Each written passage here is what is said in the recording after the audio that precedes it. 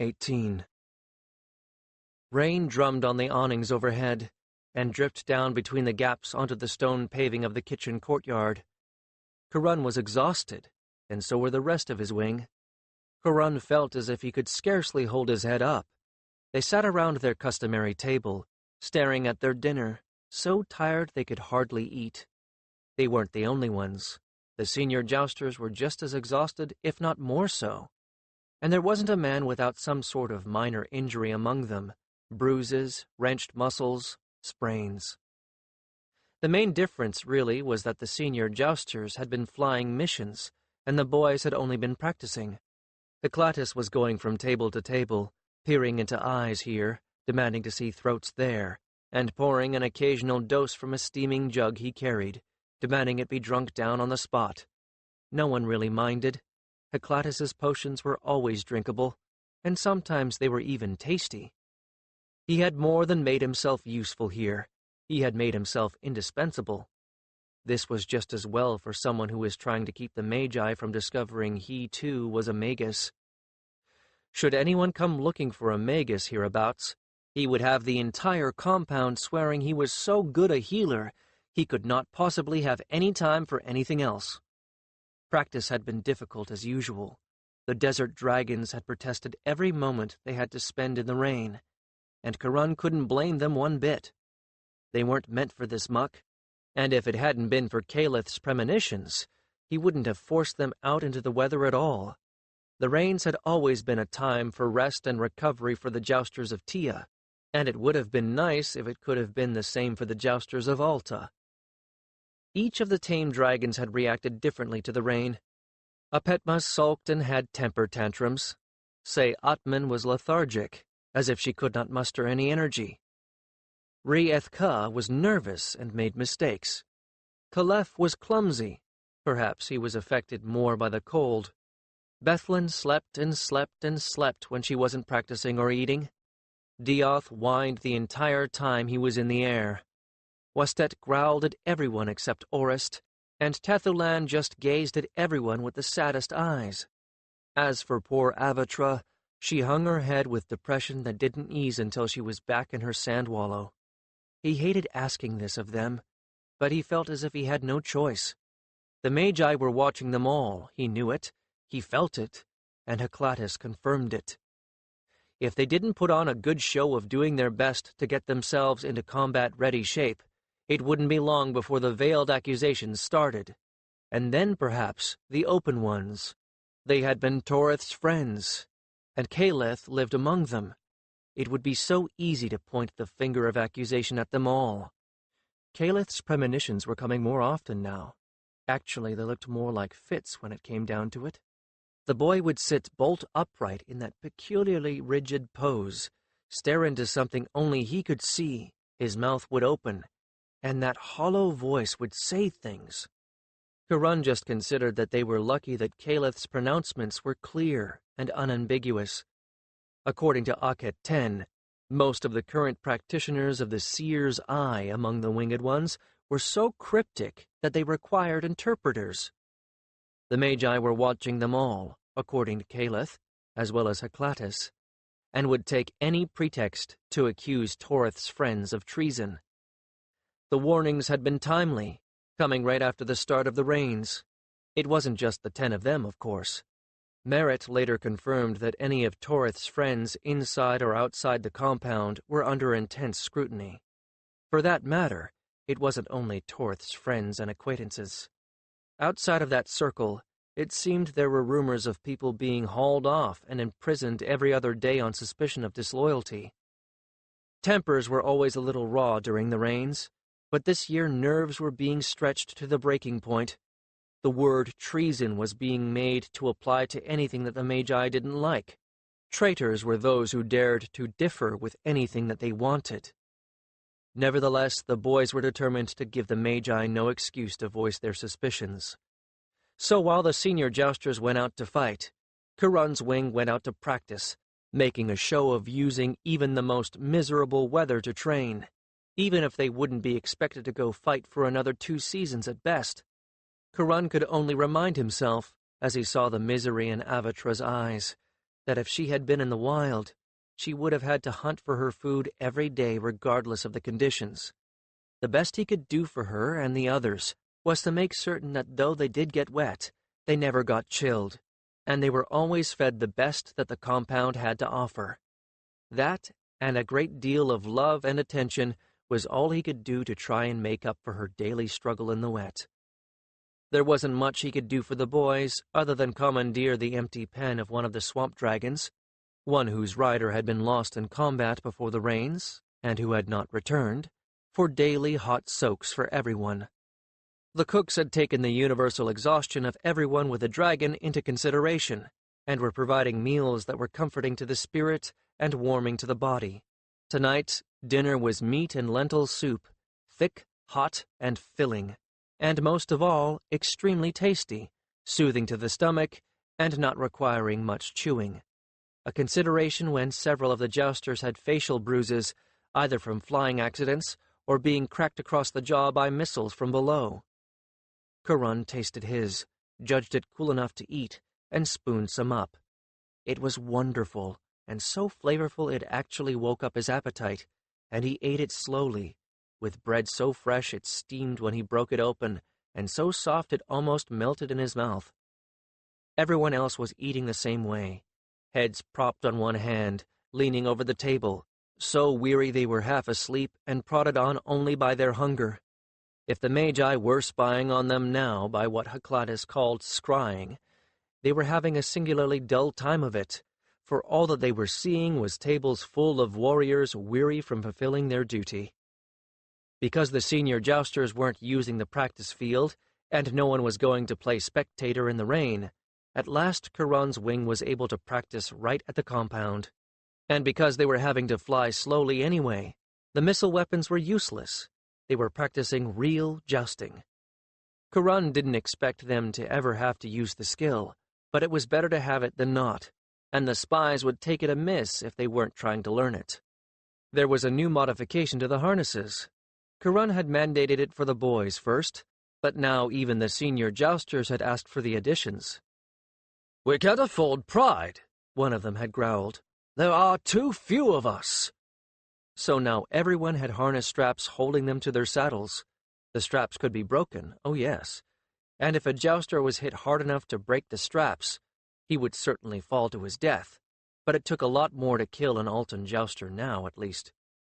So there were bruises and strains among them, as well as the jousters, compounded with their simple exhaustion. Orist even had a spectacularly black eye. Only one person looked alert, for Caliph ate with them now instead of by himself. He had decided to do this on his own. It had taken him something of an effort, and Kurun was very proud of him for taking that step. Normally he was as silent as the rest of them during a meal, but tonight, after a cautious glance to see that no one was within easy listening range, he leaned over and whispered, "I have to talk to you all after dinner." Kurun groaned inwardly. Orist, who was clearly in some pain, groaned openly. "Can't it wait?" he asked plaintively. "No. Come to Heraclitus's quarters," Caliph said shortly, looking around again, and went back to his meal as if he had said nothing at all. But that certainly got their attention. Heraclitus's quarters were securely guarded against every sort of magical spying that the healer knew of. They had only gone there once or twice, when they wanted to be sure that nothing they said could be overheard. The first time had been when he and Akhet 10 reported the successful release of the dust. The second, when Heraclitus wanted them to hear that the Temple of the Twins was now tended only by servants, the winged ones being in their quarters from the time the Magi brought them back from the tower until the time the Magi came for them again in the morning. Now Heraclitus had certainly lived up to the reputation of Akkadians as being as clever as 5 cats and as slippery as a serpent, because he had managed to arrange things so that even if a Magus discovered all of the protections on his quarters, himself, and the boys, he had a perfectly logical explanation that would hold up to the closest scrutiny. All of the shields and wards, as he called them, had been cast on the images of his gods in his quarters, images that had indisputably come with him from Akkad. He could protest in all innocence that he had no idea there was any magic on them, but that they had been blessed by the priests of his nation. And as for the protections on himself, the boys, and Aket 10, well, those were all centered in Akkadian amulets, which he could claim had also come with him and been similarly blessed, and to prove it, he still had a chest full of similar amulets, all of which had gotten the same blessing. It was unlikely in the extreme that anyone would even guess that he and Karun had spent the better part of 2 days making a mold of his amulet, casting dozens of copies, firing them, and stringing them on cords, nor that it had been Haklatus, not some priest, who had put the spells on them. How supremely ironic it had been that Karun had used the skills he had picked up in the service of Kefti the Fat. As for why Haklatus would have bestowed those amulets on the boys, the reason was simple. He and they would claim truthfully that they had asked for them, seeing the image of a winged solar disk on them, so like the same symbol of the Altan sun god. Clever, clever Akkadian. How would they have managed without him? He would have liked to ask Caliph about 100 questions, but Caliph downed the last of his soup, drinking it straight from the bowl, and left the table. The rest of them exchanged glances after he left that varied from resignation to astonishment. Whatever was going on, it was Caliph, above all of them, who had the most to lose, and knew how careful they must be. He would not have told them to do this unless there was a very, very good reason. So how to come up with a good excuse for the whole lot of them to descend on Haklatus? It seems as if I spend half my life now trying to come up with innocent reasons to do something in case someone is watching, he thought wearily. I am very tired of this. He couldn't help but wonder now. If he had known that this was what his life would come to, would he have returned to Alta at all? Finally, Karun spoke aloud. You all look like trampled barley, he said, and I feel like trampled barley.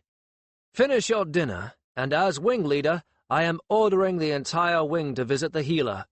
I want him to look us over carefully, one and all. Potions at dinner are all very well, but I think we ought to get the healer to check us completely.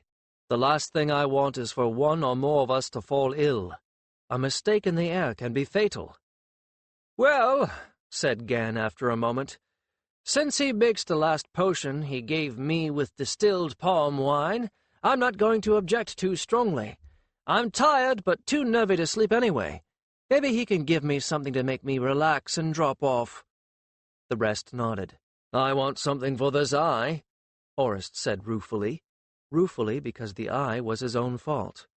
He had actually smacked himself with the jousting lance. Karun didn't hurry them as they finished their meal. That would have looked odd, and the last thing he wanted was for anything to look odd at the moment. Besides, no matter how urgent Caliph thought the situation was, he was in no great hurry to hear it. Only when they were all through, Aket 10 included, did he nod and climb stiffly over the bench to lead them to Haklatus's rooms. They were able to walk under awnings most of the way, and only had to dash under the young waterfall pouring down over the awning at the break where the corridor met the entrance to the courtyard. By now it was dark, but the door of the main room was open and warm lantern light shone invitingly out at them. The room was as inviting as the light had promised, and their host had laid out cushions and stools for all of them. Caliph was already there, waiting for them and looking as tense as a strung harp, and so was Haklatus, of course. Once they were all inside, Haklatus shut the door after them, and made a peculiar, twisting little gesture on the surface of it. Caliph relaxed at once. Now we can talk, he said with gratitude. Karun, I have to leave. Karun was more than a little startled. That was not what he had expected to hear. All right, he said cautiously. So, it's not what you think. Caliph interrupted. It's not that the Magi are coming for me yet, and it's not that I don't feel as if I belong among you, because I do. What is it, then? Orist asked. I had a vision today while you were all at afternoon practice, he said. Haklatus was with me. And what made it different was that this one I remembered afterward. His expression took on a little of that faraway look it got when he was actually having a vision. I spoke with one of the Bedou, the blue people, and he said, I think it was a he, said you would remember him. He said he was the one who guided you to the edge of the Delta marshes from the last oasis, and told you that you had to stop being Vetch and start being Karun. Karun blinked. He might have been skeptical about this vision, except that right there was the proof that it was a true one. There was no way that Caliph could have known what that final mouth of the Bedou had said to him about leaving his serf self behind, because he had never told anyone. All right, he repeated. So what else did you see? It wasn't so much what I saw as what I was shown, Caliph said, and now he looked at them each in turn, his expression sober and a little frightened. I have to leave and meet with this Bedou. He's going to help me find a place where we can make a refuge, a secure hiding place, a sanctuary. He, the Bedou, said, and my vision showed me, that we're going to need it. He said he and the other Bedou like him had been having the same vision as me, and he had been appointed to vision speak me to make me understand, because I hadn't been trained, and otherwise I might not understand how important it was that I do this. A refuge? Gan said skeptically. For who? You, at least at first, Caliph replied. Because once the jousters are no more because the Tala fails and the dragons all escape, the Magi won't let you 9 live. Even though Kuron had more than half expected to hear something like this someday, it came as a jolt. He felt cold all over, and it wasn't because of the rain, winds, and chill. It was an ugly thing to hear that someone intended your death. Kuron turned his gaze on Akhet 10. You're in that 9. You need to understand that. I already did, Akhet 10 said bitterly. Kuron suspected that he wasn't the only person to feel as if a line of ice-laced fire ran down his spine at that moment. But he believed Caliph. Oh my, yes. He had seen what the Magi could and would do to those they considered threats, and the last remaining jousters in Alta would be a threat to their continued aggrandizement of power, if nothing else. Me, too, of course. Well, I'll already be there. And after us, others will come, Caliph continued. Mostly from Alta, though not all. You too, Herclatus. I suspected as much, the healer said dryly. For one thing, I'm rather too closely linked with a lot of you. For another, if there are no jousters, they won't need a healer now, will they? But the thing is, I have to meet with the Bedou and pay them to help me in the desert and find the place. They don't even know it exists. The one who spoke to me said that the Bedou think it's only a legend. He looked triumphant. It's Te Patenka, the lost city, and my visions are going to lead me to it. That held them frozen in their seats for a moment. Everyone knew about the lost city, how it had been buried by a mammoth sandstorm in a single night. It had supposedly incurred the anger of the god Horus, because the inhabitants had turned into brigands, preying on their neighbors, and after they cast out their own priests for warning them, he had raised his hand against them. But no one had ever seen it, not even the Bedou whose home the desert was. I should say, Caliph continued, that I'll pay them for passage, and then when I find the city, I know where to find a store of gold to pay them to help me set it up for you. The Bedou with the visions trust me, of course, but they're poor. Exactly, Kuron put in, as the others began to look a bit skeptical at all this talk of payment. The desert takes everything you have just to survive. The Bedou have nothing to spare to sustain an outsider. They need payment in order to get extra supplies for you. He nodded. And then They'll need more gold to get the supplies to help me make the place livable for the rest of us." He looked a little feverish, but had an air of triumph about him, and had a look as if he had at last found meaning for his life and a great goal to pursue. Well, if that was the case, Kurun couldn't blame him for looking triumphant. In many ways, he had emerged from Torith's shadow and come into his own kingdom. "So, if you're going to be wandering out in the desert, just how are we supposed to find you in this refuge?" Ositra asked, with a touch of irony. "I don't fancy flying off across the wastelands trying to find a place that shouldn't exist." "You won't have to. The Bedou will find you and bring you to me when the time comes. The mouth will know when and where to find you. That's all I know." He shrugged. "The visions showed me the city, but not how you'll end up there, though I think it's bound to be when the dragons go wild. And it's getting dangerous for me to be here. I'm not sure why. I only know that it is. The Bedou said so too.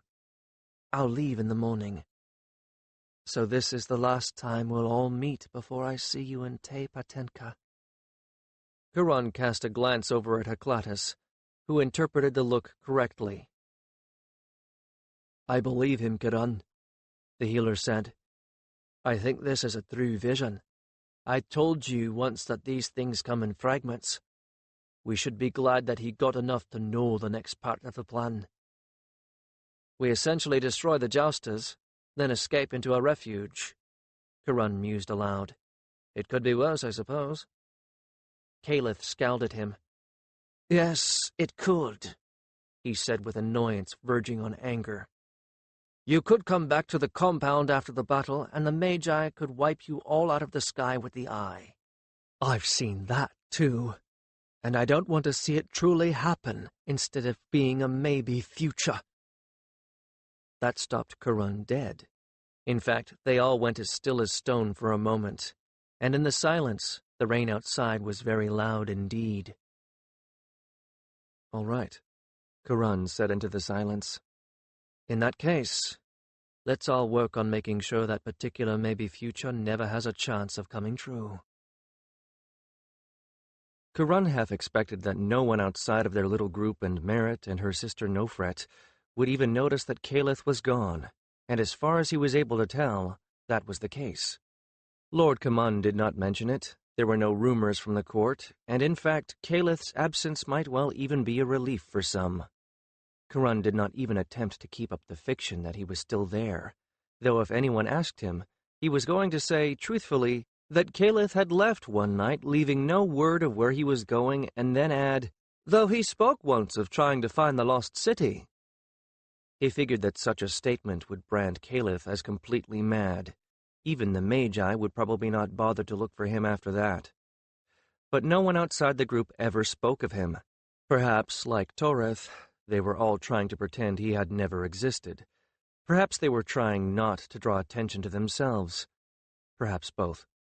But within a half moon, and deep into the rains, they all got a rude shock, and Kurun was very, very glad that Caliph had gone. It went down as one of the black moments of his life.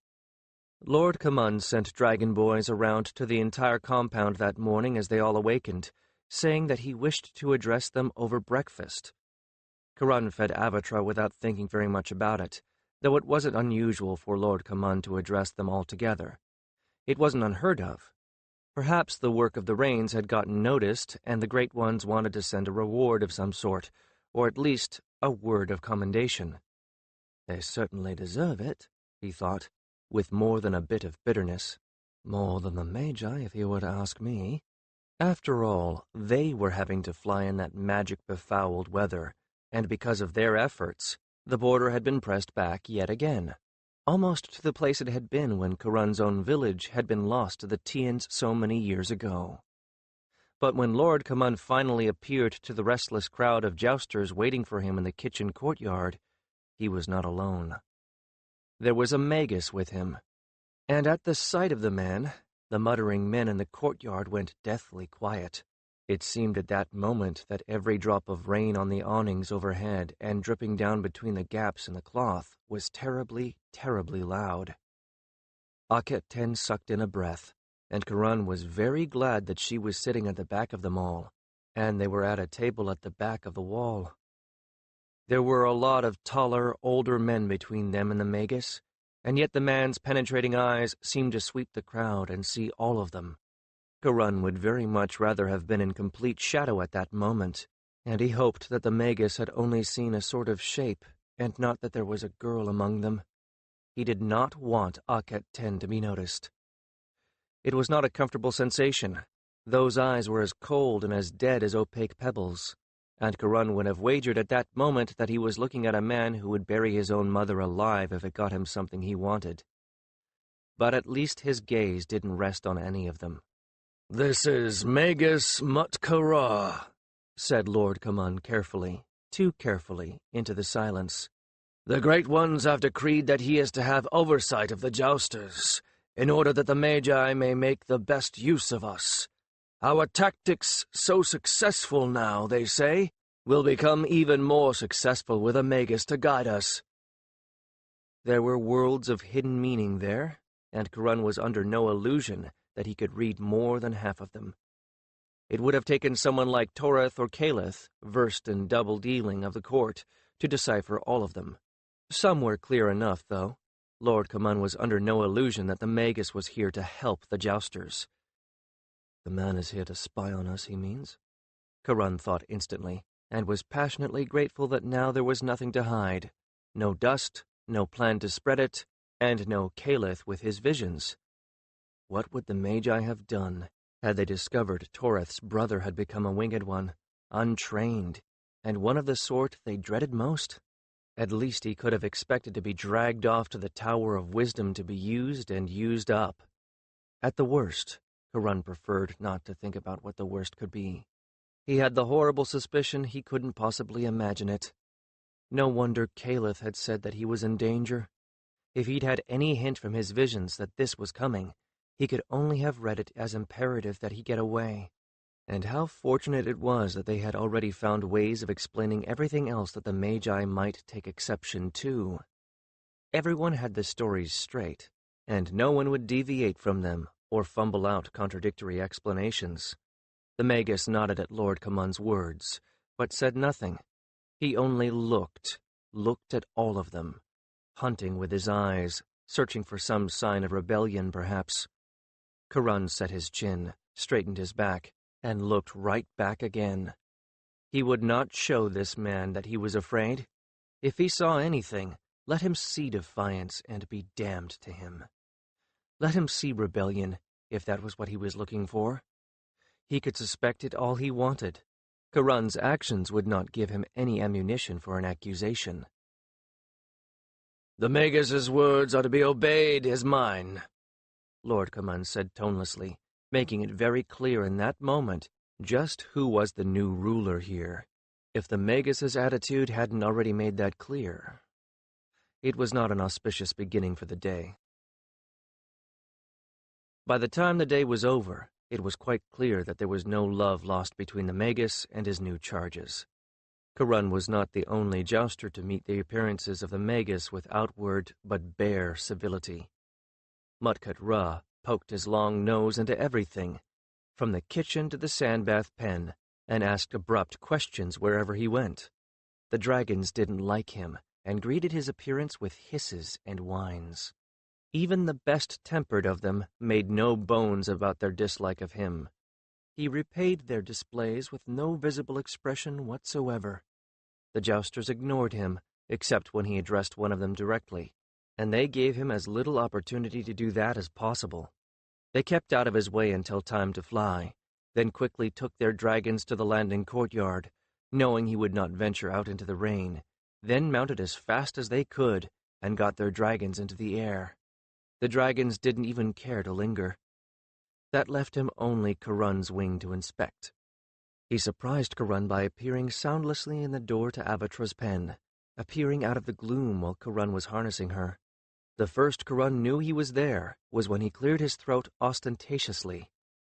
Karan might have jumped, but Avatra covered it by swinging her head toward the doorway, eyes wide. "Well," the Magus said, in an arrogant tone of voice, "so this is the famous Jouster boy and his dragon." There were many replies that Karun could have made to that, and most of them would have been rude. He bit his tongue as Avatra stuck out her neck and hissed at him, and confined himself to simply saying, "I am still in training, and I was not aware that I was famous, my lord." The Magus grunted. Karun remained silent, continuing his work, moving slowly and carefully to keep from fumbling anything out of nervousness. Avatra showed her teeth. "Isn't she big enough to fly to combat?" the Magus said, with growing irritation when his continuing silence could not prod anything more out of Karun. "She is not fully trained, my lord, and neither am I," he replied, deciding that it was more than worth the irritation it would cause the Magus to hear the same answers repeated and rephrased over and over. "And we are both much younger than even the traditionally trained jousters and their dragons. Size is no indication of age or skill, my lord, nor of readiness, much less of trained competence." This time the reply was a snort. "So, what is it that you claim? That you are inept?" "That I am untrained in traditional jousting, my lord," Karun said, keeping his tone even. "Avatra is a desert dragon, my lord, and they grow to be much larger than those you're used to seeing. She is no older than 3 years. The youngest of your fighting dragons is 3 times that age, and I have been training for little more than 1 year. The least training that your jousters receive before they take to the battlefield is 2 years." He couldn't help it. His voice took on an edge of anger, though he did his best to control it. "Are you suggesting, my lord, that I should attempt things that are beyond my skill and hers? That we should risk not only ourselves, but the lives of those who would wrongly depend on us, thinking we are skilled and practiced jousters? That we should engage in the monumental hubris of believing we are ready for things we have no business trying, merely because we are, if indeed we are, famous? That, my lord, would not only be foolhardy, it would border on treason, wouldn't you say? To knowingly go into battle, aware that we cannot do what is asked of us when there are others depending on us to do what we cannot? Are you suggesting that this would be a good idea?" There, he had flung the challenge back in the Magus's face, and now he looked up to see a most peculiar expression there. Surprise, and perhaps a touch of fear? So, even the Magi are not immune to accusations of treason. It was something unexpected, and something he decided to think about later, and they're not used to having their weapons used against them. That was something else to think about. It suggested a number of ways of dealing with this man. "Your pardon, my lord, but you are standing in our path, and I should not like Avatra to strike at you," he said with poisonous politeness. "I would do my best to prevent it, of course, but that may not be entirely possible, when it is clear that she has taken an intense dislike to you. And if we are to take up our duty, every moment of training, even in these conditions, which she, as a desert dragon, is particularly unsuited to, is precious." Avatra punctuated his words with a hiss and snap in the Magus's direction. The man actually stepped back a pace. "In fact, my lord," Karun pointed out, unable to resist being able to do so, "these dragons are performing far and away above what their Tian relatives can do. The other desert dragons that we have, the ones that are not tame, are remaining in the pens and cannot be persuaded into the sky by any means during the rains. Nor can the Tian dragons. But our dragons will work for us, even under conditions that they hate. No one sane could ask more than that." The Magus stepped back another 2 paces, as Karun led Avatra forward 1. A third backward step took him into the corridor, as he clearly searched for something to say, and just as clearly came from his search with no good results. "I suggest that you get on with it, then," he snarled at last, and fled. He fled the entire section where the boys lived. In fact, for as Kurun led Avatra out of her pen, he saw the tail of the man's robe vanishing around the corner into the main corridor. "Let's get out of here," he called harshly, as human and draconic noses poked around the door frames.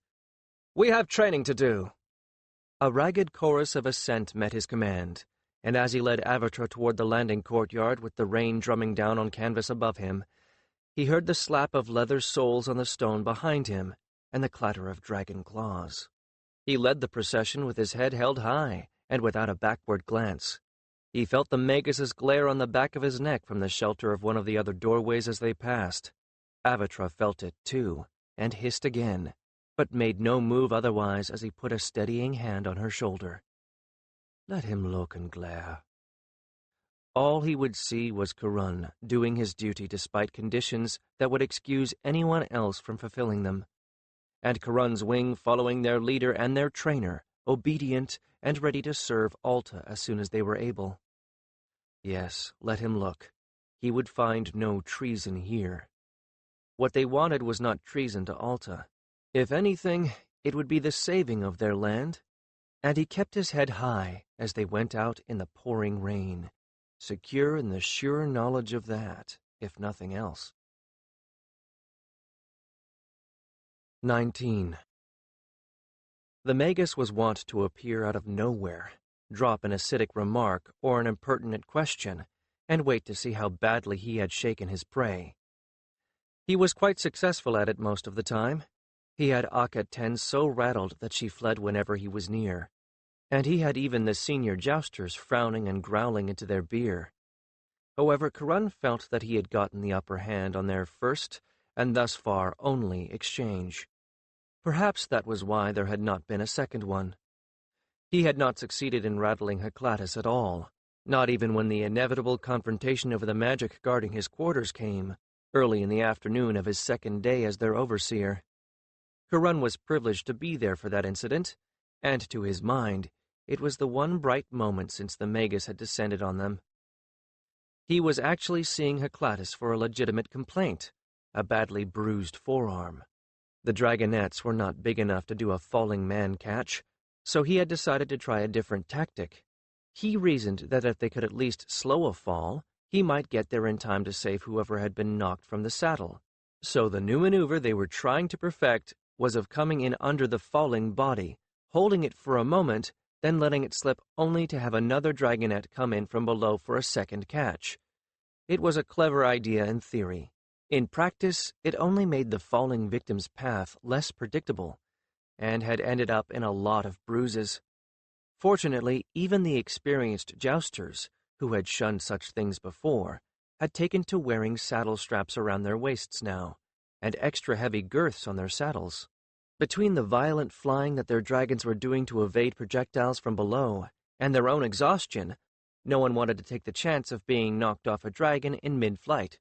"Well, that's a bone bruise," said Heclatus finally, after a long and careful examination.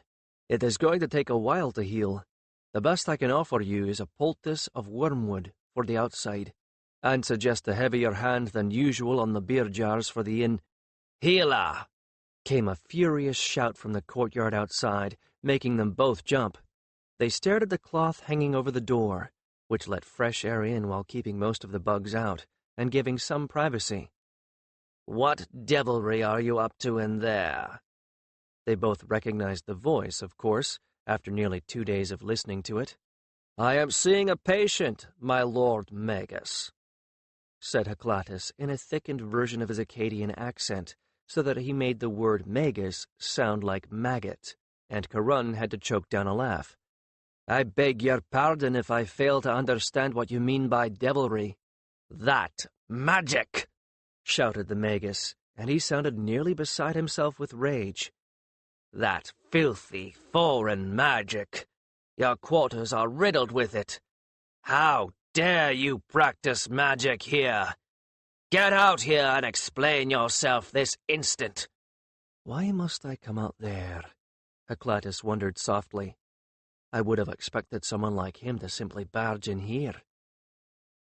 "I don't think he can come in," whispered Kurun, with ill-concealed glee. "I don't think he can get past your wards." "Really now?" Eclatus's eyes danced with malicious merriment. What an unexpectedly pleasant side effect. "Well, I suppose we had better come out. Wait a moment, though." He took the time to tie the wet poultice he had prepared over the bruise on Curran's arm. "All right, now we go." Curran came out first, followed by the healer. The magus glared at him, and then in the same instant dismissed him as unimportant and transferred the glare to the healer. "Answer me, rot you! How dare you practice magic here?" Eclatus's brow wrinkled, and he spread his hands wide. "Forgive me, my lord, but are you referring to the young dragon rider's poultice? I assure you there is no magic there. Merely wormwood and vinegar and other herbs." "No, I am not referring to the god-rotted poultice," the magus snarled. "I am referring to magic. Your room there reeks of it. I cannot even pass the door to inspect." "Magic, my lord?" Eclatus repeated ingenuously. "But, my lord, I am a simple Akkadian healer. Where would I have learned magic?" He widened his eyes and looked as innocent as a child. "How should I know where you learned it?" countered the magus. "That—" "Ah, wait, my lord," Eclatus interrupted him, with a wild wave of both hands. "Perhaps I know what is the cause of your misapprehension." The only word was minced, back into the workroom. Curran knew, of course, that Eclatus was one of those who preferred his own sex to that of women, but he had never ever seen Eclatus behave in a feminine manner before, much less in such an exaggerated fashion, and when he saw the look of disdain mixed with extreme discomfort on the magus's face, he knew why Eclatus was acting so out of character. A moment later he, now the word was definitely flounced, back out with one of the statues of his gods in his hands, specifically chosen to make the magus as uncomfortable as possible.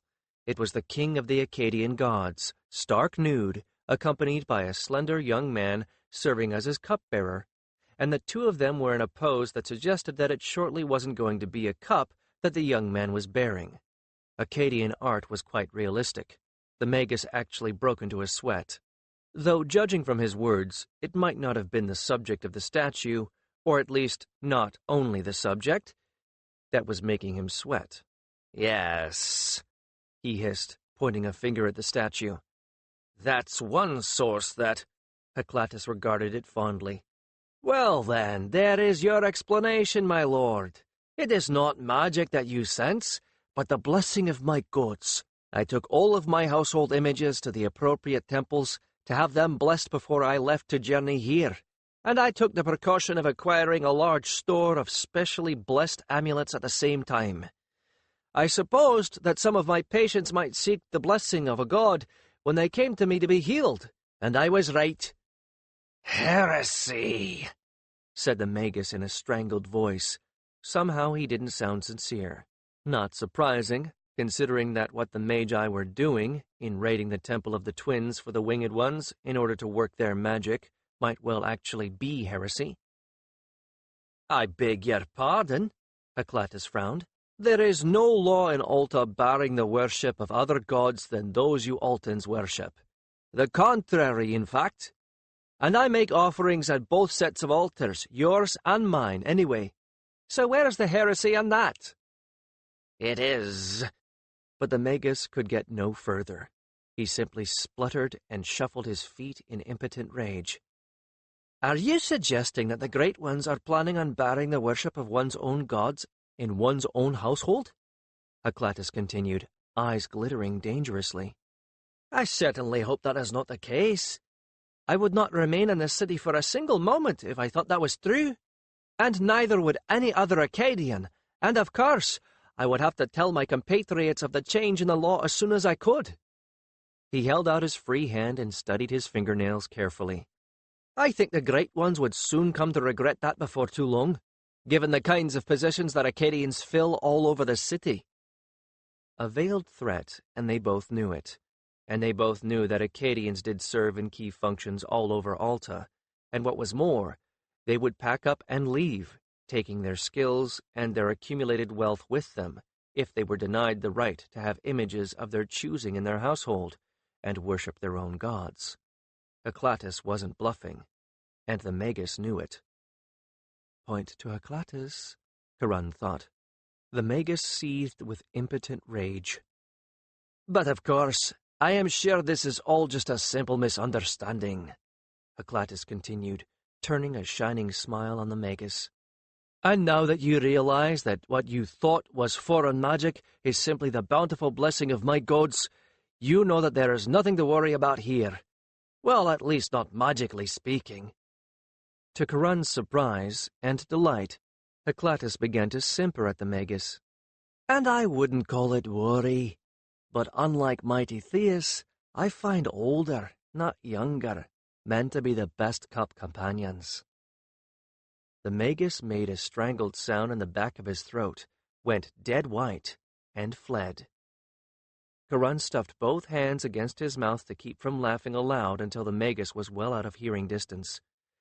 It was very hard, but fortunately, he was laughing so hard that he couldn't get a sound out anyway. By that point, the convulsions that shook him made it impossible to breathe for several moments.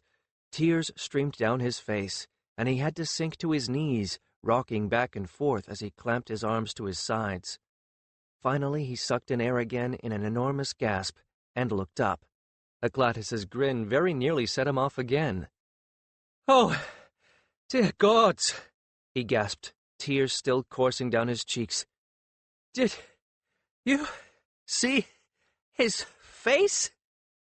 Heclatus made a rude sound. "Ugh, as if I would touch him with a barge pole," he said cheerfully. "Let me get dear old Theus back to his altar, while you get yourself under control before you do yourself an injury.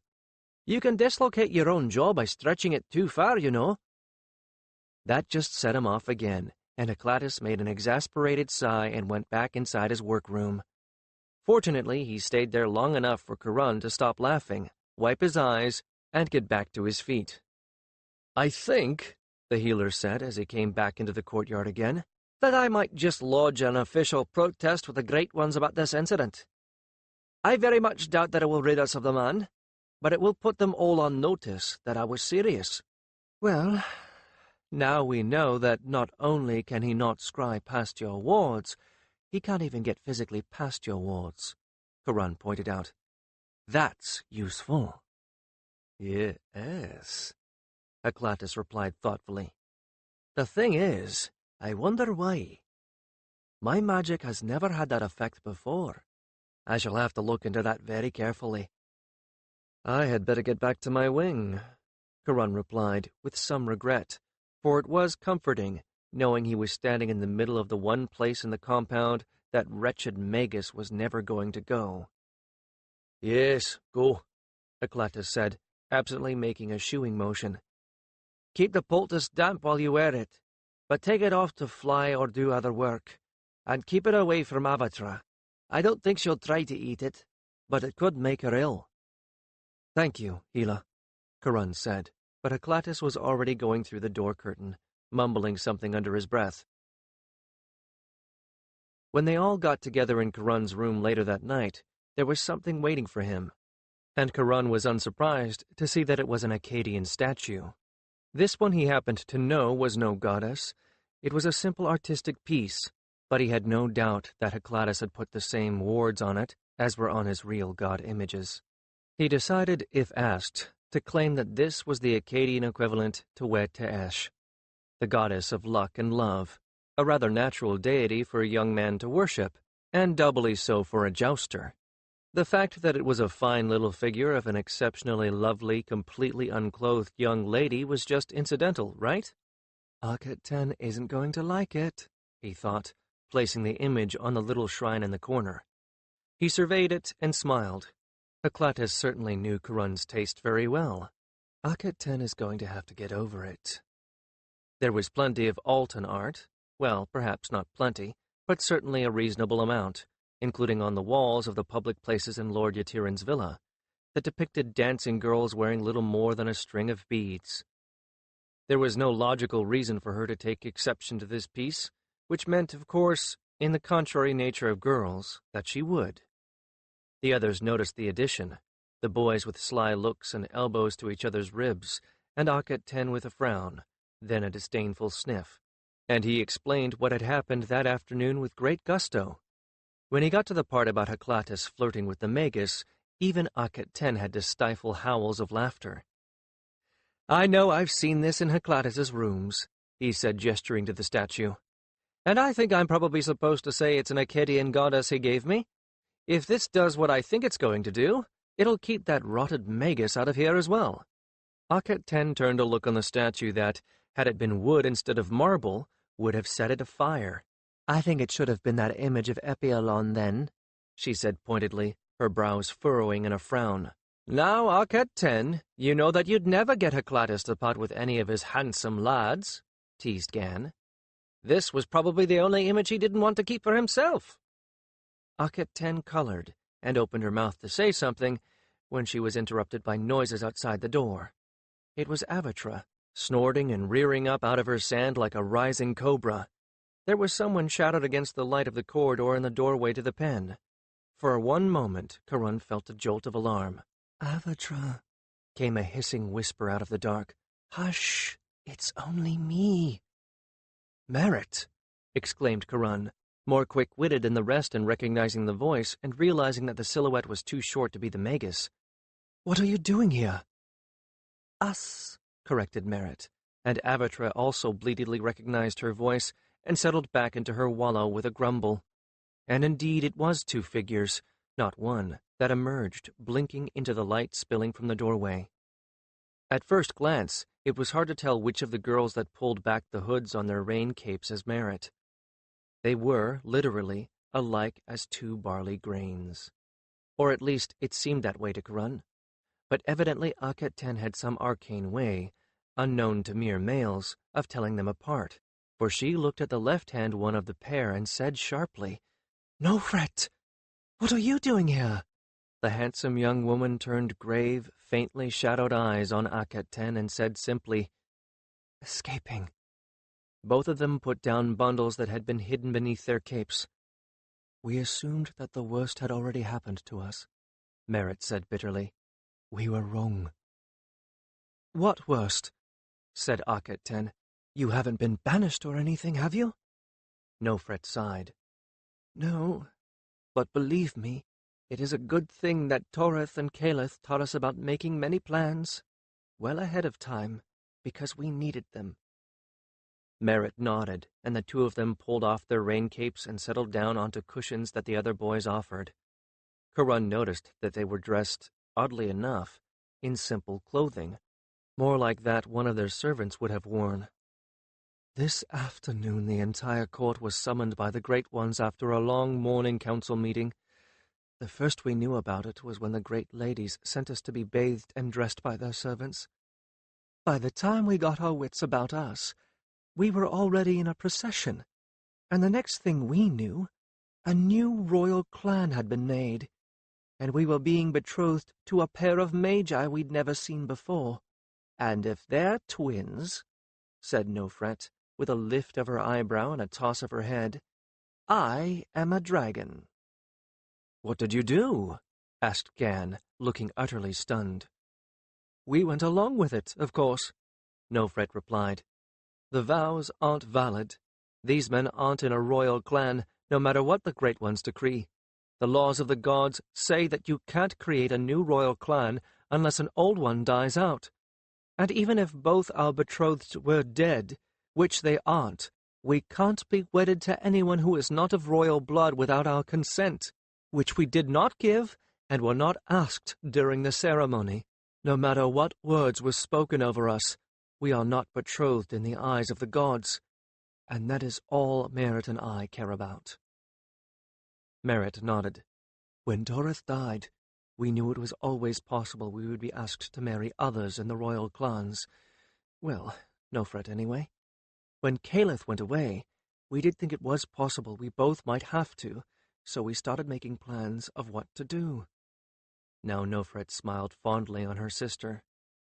"I didn't care. I liked Toreth well enough. He was a good boy, but She shrugged. Marriage to him would have been fine, but marriage to anyone else who is tolerable would also have been fine. But Merritt truly loves Caliph, and I won't let her be forced away from him. So we began laying all sorts of plans. We even tried to think of ways of faking our own deaths. I must say, though, it never occurred to us that the Great Ones would have done something like this. But we knew if we made a fuss, we would be watched like vials of saffron. But if we acted happy about it, which we did, we'd be allowed to do anything we pleased. So we acted like children given sticks of honey, said Merritt, her nose wrinkled with scorn.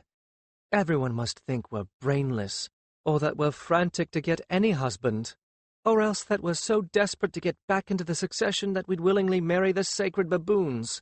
Nofret made sure of that by babbling about how honored and thankful she was and hanging all over that repulsive reptile they betrothed her to, as if he was a god, and when I figured out what she was doing, I just did the same. Oh, yes, Nofret smiled cynically. I was full of questions for the great ladies afterward. How quickly could we be married? Would we have our places back in the order of precedence? How soon could our husbands be confirmed in the succession? When we were wedded, would we get to wear the lesser crowns? Would we have our own set of ladies and attendants suitable to our station? I think I was being so greedy there at the end that even the great ladies were beginning to wonder if this had been a good idea after all. Merritt tilted her head to one side knowingly. Serves them right. There were a lot of honors we could have claimed that we didn't because Toreth and Caliph couldn't be bothered with court functions. I started talking about having a lesser court of our own. That made them really nervous. And they should be, said Herclatus, slipping into the room behind them like a ghost. I wonder if the Great Ones will ever realize that the moment you wed, their days are numbered. No one even jumped. They were all so used to Herclatus coming and going silently that they just nodded at him. Perhaps the ladies will, Nofret replied. We certainly did our best to put the idea in their heads with our questions. Hello, Herclatus. We've run away. So I gathered. And since there is no hue and cry being raised across the first canal, I assume you found a way to do so without raising suspicion? Herclatus said easily, taking a place next to Karun and looking around at them all. Hello, Karun. Did you like my little gift? I left one for Akat 10 too, just now. Hermia, goddess of the hearth. I never much cared for that image, a little too placid and bovine for my taste. You can claim she's Athera, your cow goddess, the wet nurse of the god Haras, if I recall. I'm sure our friend will find that to be a suitably appropriate and pious image for a proper young lady to worship, he sniggered. Akat-Tin scowled, but didn't immediately reply, since Nofret was already talking. We're officially on religious retreat in the temple of Athera, as a matter of fact, Nofret told them. And it wasn't even our idea. Our original plan was to be such a plague that the great ladies would send us to Father's country estate, but this was even better. Merritt chuckled. After we began asking all those questions, the great ladies suddenly recalled that when a new royal clan marries into the succession, the brides must spend a moon in religious retreat and introduction in a temple of their choice before the wedding. Of course, we have never heard of anything of the sort, but we agreed to it with some pouting and chose the goddess Athera because they haven't got one single priestess of noble blood there. And it's brilliant. It couldn't fit any better with our plans. We are supposed to leave all our attendants behind, be escorted by royal guards to whom one lady looks like every other lady, and live as the priestesses do. So they won't know that Nofret and Merritt that left the palace in their rain capes and their escort are not us, said Nofret. All that they will see is a pair of twins. Right, I've got that part, said Karun. But where did you find substitutes? She sighed heavily. Do you have any idea how often someone thinks that a clever gift for twins is a pair of twin body slaves? We just looked through our handmaidens until we found the ones we thought stood the best chance of carrying off the deception. We explained the situation to them, and divided our jewels with them, which, after 2 sets of betrothal gifts in addition to what we already owned, is more than we could carry anyway. They'll be under guard, of course, which will give us at least a few days and possibly a week or 2 before they escape and run away. Well, that explained the plain linen shifts and horsehair wigs. Merritt wrung out the hem of her shift and added, "Of course, they won't be in any danger of being caught, because the Great Ones and the Magi will be looking for Nofret and Merritt, not a pair of escaped slaves." And Merritt and Nofret ordered the 2 slaves here as a gift for Akhet 10, so they won't even be missing from our entourage at the palace. Nofret smiled in triumph, and Karan didn't blame her. The plan was very, very clever. Except perhaps for one small detail. "What if they betray you?" he asked. Merritt made a sour face. "That's the first thing we made sure of. They're Tian and their slaves. We explained to them, in great detail, just how they would be questioned if they betrayed us, because no one would ever believe that they didn't know every detail of our plans now, would they? And Tian slaves, well, I reminded them that it would never even occur to anyone to reward them for betraying us. I pointed out that they would be the first to be suspected, reminded them of what the Magi did to Torith, to the Winged Ones, and everyone who was in the way when they opened the Eye. I told them what I knew about how the Inquisitors question slaves, which is rather more than I actually want to know, to tell you the truth, and pointed out that there are a lot more options open to someone torturing a female. Eclatus looked at her with awestruck fascination.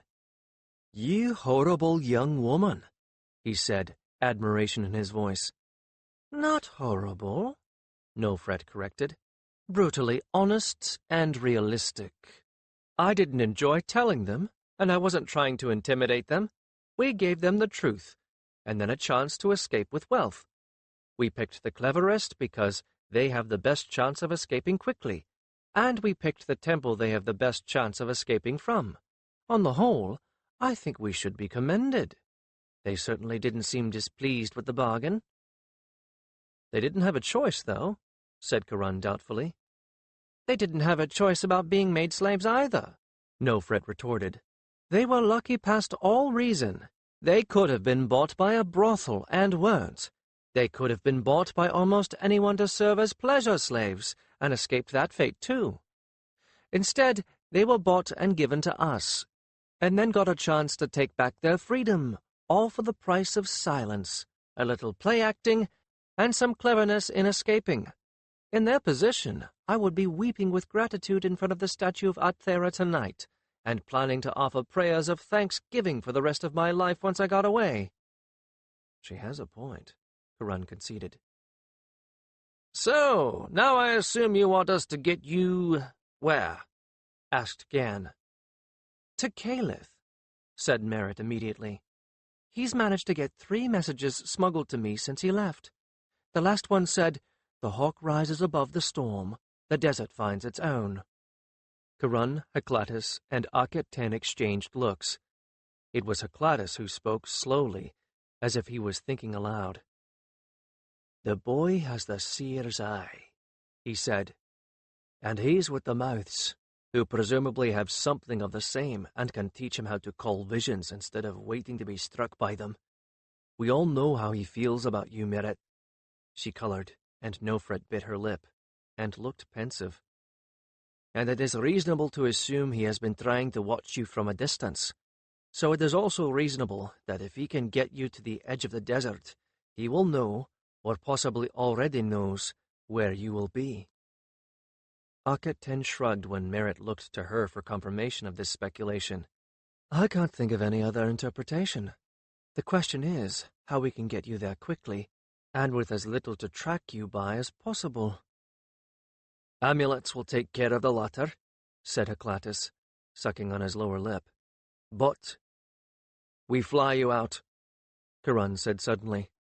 "That's what the first part of the message means. Or we fly you as far as Avatra and Rieth-Ka can take you in half a day. Thank the gods this happened during the rains. Akhet 10 and I have already gone up above the clouds, and the winds can take us a long way without the dragons tiring. Rieth-Ka can carry double. Since 2 girls are light, Avatra is big enough to carry double and baggage. "Ha!" said Haklatus, slapping his thigh and startling them all. "Hoist on their own tackle!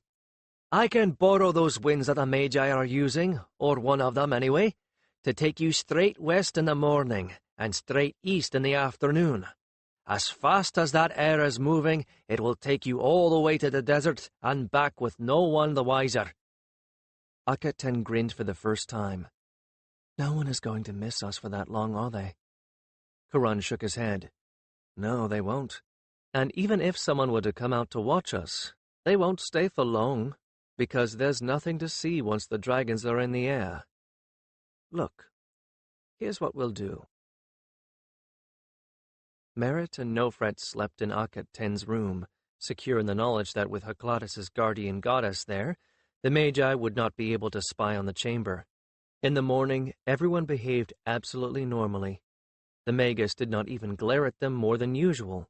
Karan suspected that this might be because he was not aware that 2 of Haklatus's blessed statues had come to roost elsewhere. It had occurred to him before he went to sleep that night that the Magus could not seem to sense other magic unless he actively ran into it, either by trying to use his own magic or by physically crossing it. So, since he would not try to go into a dragon pen anymore, they were safe from discovery for a while. Of the lot of them, if he was searching for pockets of discontent or conspiracies among Torith and Calith's friends, he would be looking at the nobly born boys who had been the twin prince's childhood friends, not Karan or Akhet-Ten. Karan, after all, had no real power and no influential friends except Lord Yatiran, who was well known for his retiring nature, and Akhet-Ten had been playing the part of a frightened mouse. They went out to practice as usual, and as often happened, a couple of dragon boys, muffled in rain capes and carrying heavy bundles, went out to the practice field, ostensibly to assist. But there wasn't anyone on the compound who noticed their departure, as Haklatus was supposed to make very sure, and there wasn't anyone at the practice field to see their arrival, as Karan and the rest made very sure.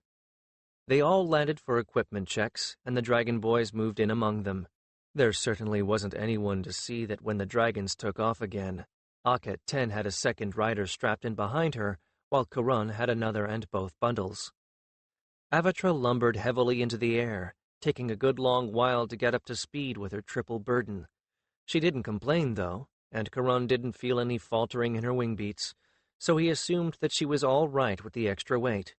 When he gave her the signal to go up farther than she was used to in this weather, though, he sensed her hesitation. He gave it to her again, with a little more force. She thought about his command for a moment, but before she could make up her mind, Rieth-Ka shot past them, heading straight up into the clouds. Either that decided her, or else Akhet-Ten had managed to speak with her to tell her what they wanted, and that there would be sunlight up there. With a snort, she followed. The journey was a repetition of the one they had taken on that pair of swamp dragons when he and Akhet-Ten had gone up to spread the dust, but without quite as much of the buffeting inside the clouds as the last time, as Avatra was hit by contrary winds, by unexpected updrafts and even a downdraft or 2 that made his stomach plunge and his passenger scream with fear. He thought that the turbulence was perhaps half that of the initial storm, and if that pig of a swamp dragon could handle it. His steadiness seemed to give Avatra confidence, and she fought her way back after every obstacle. Finally, she lifted her head a little as if she sensed something. At that moment, it seemed to Karan that the rain-filled mist above him was marginally brighter. With a mighty surge of wings and the added help of another unexpected updraft, they burst out of the clouds and into the sunlight. Despite their head start and Rieth-Ka's lighter burden, it was a moment or 2 after that before Akhet-Ten and her passenger lumbered up into the light, and they did so a good 6 furlongs away from Avatra. Following Karan's signals, Avatra wheeled toward them. He wanted to be closer before they tried the next part of the journey. It was then that he noticed that his passenger was clutching him around the waist so tightly that, if he had not been wearing the Alta Jouster's broad, thick leather belt that protected the midsection, he'd have been having trouble breathing. "Are you all right?" he called back over his shoulder. "No," said a strangled voice in his ear. "But don't stop." He spared a brief thought of "poor thing" for her, but had no time for anything more. The next bit would be tricky and required a lot of concentration. As he now knew from experience, the winds up this high were layered. While he had never yet come across one layer going in the completely opposite direction of another, he had encountered winds moving at right angles to each other. The Magi probably paid very little attention to their magic once they set it in motion, and as long as the rains went south, that was all they cared about. There was a single channel of wind up here, above the clouds and rain that Heclatus had purloined, deflecting it so that instead of going north to south, it curved off to the west. It would be high, Heclatus had told him. Perhaps higher than he had ever flown before, and Avatra, who could read the winds better than he, and who had more experience than Rieth-Ka, would have to find it. He signaled to Akhet-Ten, who nodded vigorously, then sent Avatra up. She was not at all averse to this idea. This clear, dry air was much more to her liking than spending the day trying to fly through the pouring rain. It was cold and getting colder. He was glad of the extra clothing they were wearing. He and Akhet-Ten were wearing those woolen garments. Nofret and Merit had to make do with a pair of woolen robes with the skirts cut and bound around their legs. At least they were drying out quickly. Avatra seemed unhampered by the cold. Up she went, with Karun consistently giving her the signal that she should go west. And she tried, with the strong winds up here carrying them farther south all the time as she tacked against them. And she kept looking, craning her neck around, searching. He had the feeling she knew what he was asking of her. When they planned this last night, he had wondered if she would understand what she needed to do without Akhet-Ten being able to give her clear directions. The up part was easy, but she had not flown on a long flight since they had arrived in Alta. Would she understand that they needed to take one now? Her bright eyes darted this way and that as she continued to climb, continued to fight the south-flowing winds. And then, just as he had seen her sense the clear air above them, he saw her find something else. It was nothing that he could see, but she did, and she redoubled her efforts, driving strongly upward toward a place in the sky that seemed no different to him than any other place in the sky, until she was in the middle of it. And then, then she spread her wings wide, and suddenly they were shooting westward, in the middle of a current that took them at right angles to the flowing of the clouds underneath them. This time, with something to compare their speed to, it was clear that they were flying at a dizzying pace, both the highest and fastest that he had ever flown before. He glanced around and caught a glimpse of Akhet-Ten right behind him. That was all he needed to know, that and the position of the sun. When it was at its zenith, they would have to go down, no matter where they were, because at that point, this wind would die for a while and then reverse itself. They hoped that this would be somewhere that Caliph was waiting for them, but Karun did not believe in counting on hope alone, no more than Nofret and Merit did. The boys had together scraped up enough ordinary currency in bronze and silver to get a cart and donkey. He and Akhet-Ten should have enough time to find a farm, buy a cart and donkey, and send the young women out to the desert's edge, where they could sell the cart and donkey and have enough money to provision themselves when they took some of their jewels apart and pounded things like rings and delicate ornaments into unrecognizable bits of silver, electrum, and gold. Then, if Caliph had still not put in an appearance, they could go to one of the places at the desert's edge, where the Bedou came to trade and buy their way into one of the encampments and wait there. Karun never counted on anything, especially not luck. But before the sun reached the appointed spot, the clouds began to thin in front of them. Soon there were gaps below where Karun could see the green of the farmlands. And then, when he looked ahead, he realized that it was not the white of more clouds that formed the horizon, but the white sands of the desert. And the farms beneath turned to scrub, the scrub to dryscape plants, and then, just as the wind dropped away to nothing and Avatra went into a long, slow glide downward, the sparse desert edge plants turned to true desert. This was the moment that he realized just how high they were. His passenger realized it at the same moment that he did. She shrieked in his ear, startling Avatra into a side slip, and buried her face in his shoulder. He didn't blame her. Their woolens had kept them warm, but it had been a bit hard to get his breath. Now he knew why. Suddenly Riethka folded her wings and went into a dive.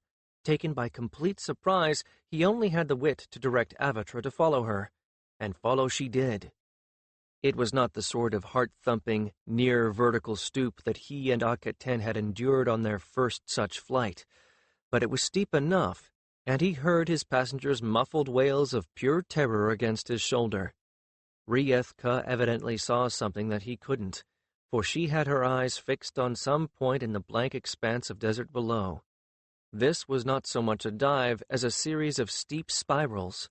The dragons were somehow steering with their tails, and had just enough wing extended to slow their fall a little. About the time when he made out that little thing that Riethka had spotted was a group of 4 beasts and 2 men. She tucked her hindquarters under and fanned her wings more, slowing the dive even further. A moment later, Avatra did the same. When he made out that the riders were muffled in Bedu robes and veils, and the beasts were camels, they were moving no faster than they usually were when they made landings, and they were spiraling down in a series of shallow, lazy circles, while the men and beasts watched, the men calmly, the camels nervously. The honks and groans of their companions drifted up to him, and one of the men laughed at something the other said.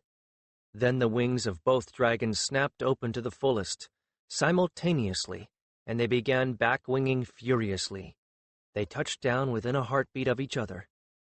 Kurun's passenger might have been still too terrified to move. That was not the case with the other passenger. She had unbuckled her restraining strap and was sliding down Riethka's back unassisted, while the dust they had kicked up was still settling. One of the men had jumped out of his saddle and began trotting toward them.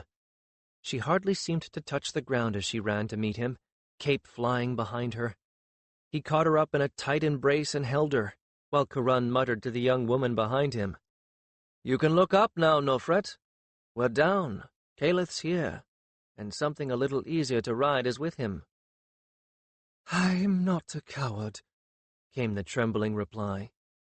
"You'd be a fool if that ride hadn't terrified you," Kurun replied, "and you didn't have anything to take your mind off the end of it. Here, I'll help you." He helped her to detach her icy-cold, fear-rigid fingers from his belt, while the second man took something off the back of one of the camels and beckoned to Akhet. By the time he got Nofret down off the back of Avatra, Akhet was dragging a woven palm-leaf cloth full of dead goat over to Riethka, who had her neck stretched out toward it, nostrils flared. The man was dragging a second such burden right behind her. While Riethka started hungrily on the first installment of her meal, Akhet took the second from him. Kurun caught up with the man at the camels, and they brought both halves of Avatra's meat to her. Calith had thought of everything, but then he should have figured on that. Even before the wings descended on him, Calith tried to think of everything. Merritt and Calith were still locked in their embrace, to no one's surprise. Nofret was sitting on her baggage, which she had managed to get down off Avatra's back, her head in her hands, now the very image of patient waiting. "Well, I see you have left Vetch far behind you, Jouster," said the Bedu in an amused voice.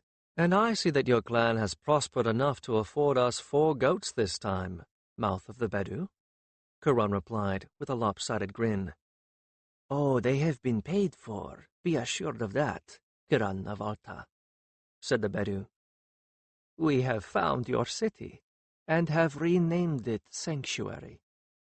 As the young eyes of Alta foresaw, there was treasure there, enough to provision it and make it ready." So the lost city really did exist. He thought longingly of it. It would be so good not to have to go back, to be able to fly on, into the clean desert, and land at the end of the journey in a place where he did not have to fear spying eyes and the fingers of accusation. But he still had a great task unfinished. "Let's hope it is indeed a sanctuary for those who need it," he said stoically, as Merritt and Calith at last broke their embrace, and finally came to help Nofret with the bags. Riethka had finished the last of her meal. Avatra was on the last mouthful. "Right now, if we aren't to need it prematurely, We need to get back. I want our part in this to be over with as little shed blood as may be, and that will need all 9 of us." "Indeed." The mouth bowed his head, then raised it again and looked at Karun shrewdly. "In the depths of the night we count those whose lives our actions have cost. Yet the gods never tell us the numbers of those whose lives were spared because of what we have done. You may choose to think on that when the night seems long." He blinked owlishly above his veil. "And that it is as it is. Your part is yet to come, and after that, it is in the hands of the gods. Fly fast and safe, Jouster. We will meet in Sanctuary." Akhet Ten was already in the saddle again, buckling on her restraining strap. She looked back at him, grinned, but gestured upward.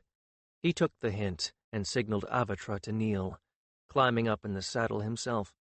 "Ride swift and safe, mouth of the Bedu," he replied as he buckled on his strap. "We meet in Sanctuary." His last sight of them, as the 2 dragons clawed for height into the clear sky, was of the 4 camels plodding back into the desert. He hoped that whatever was to come, Sanctuary would live up to its name.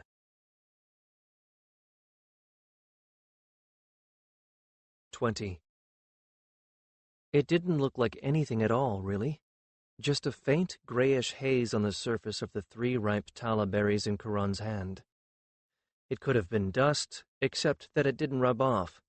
It could have been almost anything, or nothing at all, and just an odd color on the hard little berries.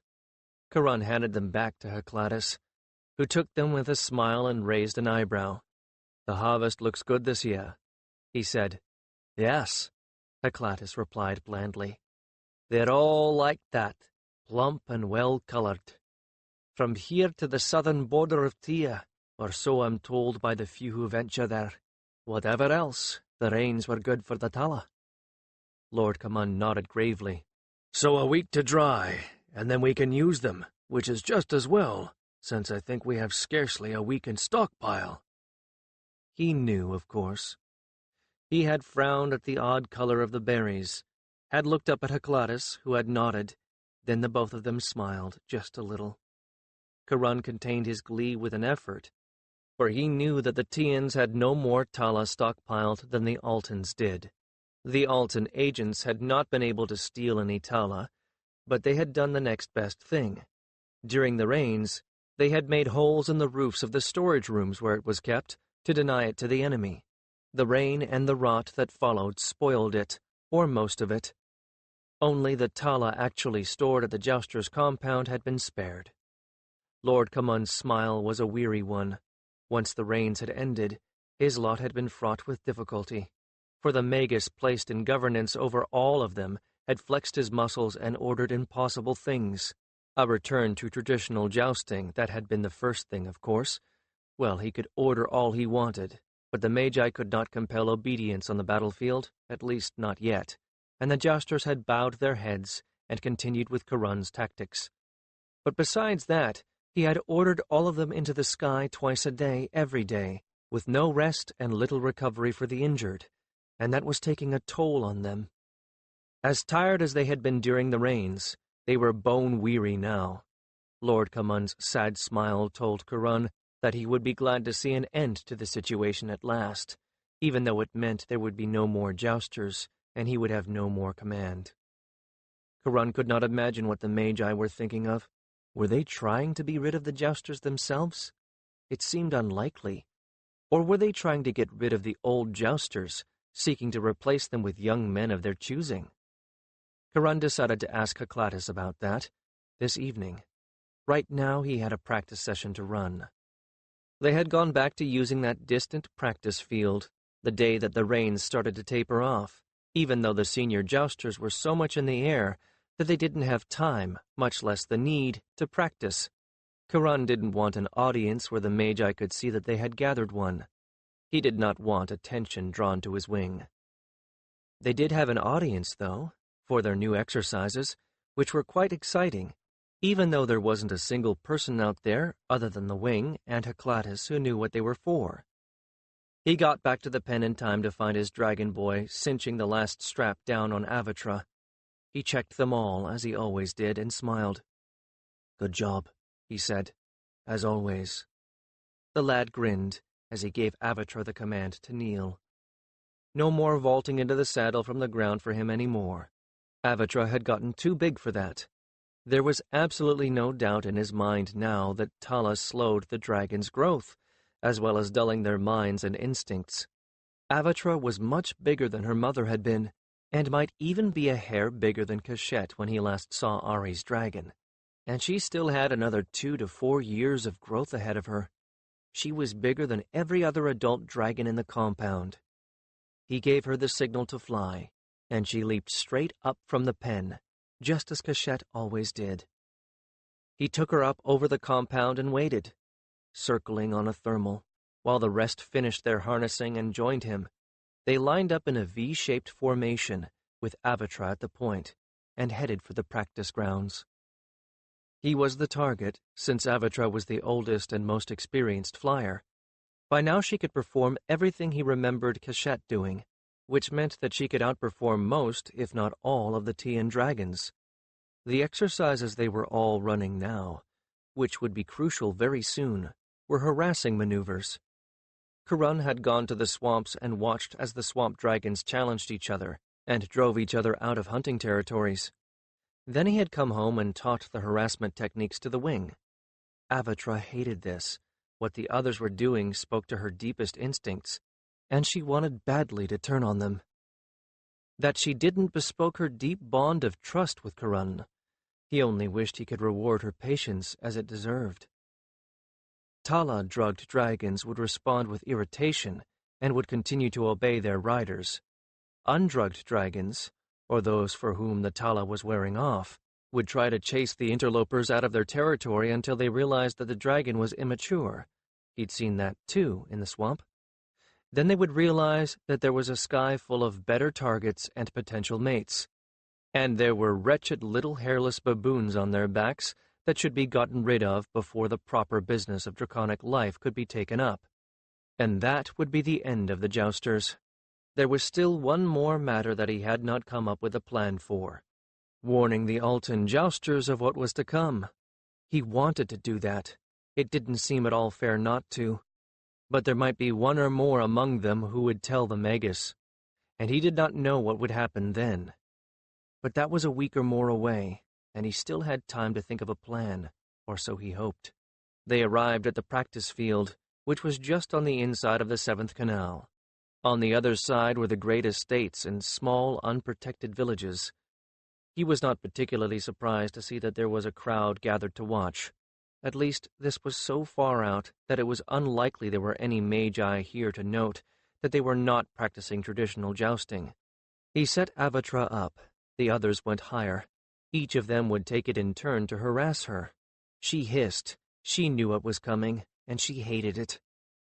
The wild-caught dragons would hate it even more. And when the battle was over, and all the dragons scattered, Karun's wing would fly due west until, well, probably until they picked up a guide at the edge of the desert. Caliph had found them once. Presumably he would find them again. It was a more tenuous plan that Karun liked, but it was a lot less fragile than it had been before Merit and Nofret had been forced to flee. The search for them had begun, discreetly, 2 weeks after their actual escape, but it had not been kept quiet for long. Too many people knew, and more people were involved all the time as the search spread outward. Nothing had been found. Their choice of collaborators had been perfect. Not that this had stopped the Magi's plan. The twin Magi had simply been re-betrothed to another set of girl twins. Only this was a pair of toddlers. The marriage would not be able to take place for another decade at best, though this was nothing more than a postponement. Given their recent record, it was entirely possible that the spouses of some other set of royal female twins, including the current heirs apparent, might come to an unfortunate end. People would talk, but if nothing could be proved... Uras and his dragon came down first. Karun ducked. As they flew by close enough that Tathulan's talons brushed his back. Avatra snapped. He didn't bother to stop her reflexive action. because their enemies would do the same, and he wanted the youngsters to learn to avoid the deadly jaws. Tathulan dodged neatly out of the way with a squeal, and Huras sideslipped her out of the way. It was all horribly depressing, and it made Karun want to throw himself into a canal and drown sometimes. Only the promise of Calith's visions kept him going these days, for if things in the compound were bad, things in the city were worse. It seemed as if every time he looked, someone else had been taken up for treason. The Temple of the Twins was actually closed, supposedly because the Winged Ones were so important to Alta. They were husbanding their strength so that they could answer the Great One's needs on the instant. Karun knew the truth, though, and it was exactly as he and Akhet-Ten had feared. The Magi had exhausted the fledglings completely, leaving many of them without power anymore, and even some feeble-minded or comatose. The Winged Ones, older and stronger and better trained, had resisted being burned out in that way, and now that the rains were over, they might be left alone to recover. But with no new fledglings left to train to replace those who had failed, and another season of rains ahead, there was no telling what was going to happen. Certainly the people of Alta were now vulnerable to earthshakes in a way that they had not been for generations, and already there had been mutterings about testing the healers to see if they could aid the Magi as well as the Winged Ones could. Heclatus said there was a rebellion among the healers, though, so much so that no Magi would be allowed to get near the Temple of All Gods, much less inside it. And if anyone tried, well, they would have to bring a force big enough to overpower all the healers and all their servants, and there were weapons being improvised that would probably break any spells of coercion, such as were apparently used on the Winged Ones. Heclatus said such things required the Magi's concentration. They'd be hard put to concentrate after getting facefuls of vinegar or lemon juice, or having leeches drop from the ceiling on them, if the healers felt savage. You shouldn't anger someone who knows as much about pain as a healer does. Riethka and Manetka's Bethlin came in together, one on either side of him, moving fast enough to knock Avatra down a few feet with the turbulence of their passing. Avatra was too busy trying to recover to notice that Orist's blue wastet was right behind them. He came in low enough to snatch one of the tearaway streamers from Avatra's saddle with his foreclaws. Avatra was enraged and gave chase. Karun was thrilled. They could get an entire wing aroused with a single pass with moves like that. And just as Avatra started to gain on the fledgling dragonettes, they parted, going left, right, and straight up. And there, coming straight at them, was Osset Ra and Apet-Ma. Avatra yelped and folded her wings to drop. Apet-Ma passed right through the spot where she had been. Poor Avatra had had enough. She went all the way to the ground, and Karun had to spend a goodly amount of time soothing her hurt feelings while the others chased after each other to catch streamers in a general melee. She might have a ruffled temper, but he was extremely satisfied. The Tala could run out tomorrow, and they would be ready, except for telling their own jousters what was about to happen. He still had no answer for that question. When they got back to the compound, they all landed in the landing courtyard. Not even Avatra was skilled enough yet to land in her own pen. Once down, he made sure to spend some time walking Avatra around to all the other dragons before they all went back to their pens, to make certain they were all friends again. Akhet-Ten went with them, talking to Avatra about it, and to the others as well. "Does it do any good?" he asked her anxiously as they walked Avatra and Riethka back together. "Do they understand?" "Actually, I think so. More each time we do this. Avatra understands that this is part of training, and I think she understands that the others are harassing her because their riders are asking them to, not because this was their idea." She smiled slightly. "I was going to say, not because they want to, but I'm afraid they get a great deal of gleeful pleasure out of harassing her and getting away with it. But it's like good-natured children being given permission to be naughty, not real aggression." "Good," he said with a sigh of relief. "The last thing we need is to have them start attacking each other right now." They parted then, with Akhet-Ten taking Riethka on back to her pen, and Karun turning into Avatra's. He and his dragon boy got her unharnessed and fed. Once she had settled, he went to see Heclatus. He found the healer with one of the senior jousters, splinting a broken arm. Harun was shocked. A broken arm was not the only injury the man had sustained. His face was a mass of bruises, and so was the half of his body that had the broken arm. "What happened?" he blurted. The man grunted. "Strap saved my life. Tian had a lance with a wood core and a stone tip inside the papyrus. If I hadn't been belted into the saddle, I'd be dead." It was a little hard to understand him. His lips and jaw were so swollen that his words were slurred and muffled. "They were following orders," Heclatus said neutrally. "They were jousting. However, no one told them that the Tians had no lances." "They got dragons to start with, and lances like that. We've not got a chance," the jouster growled.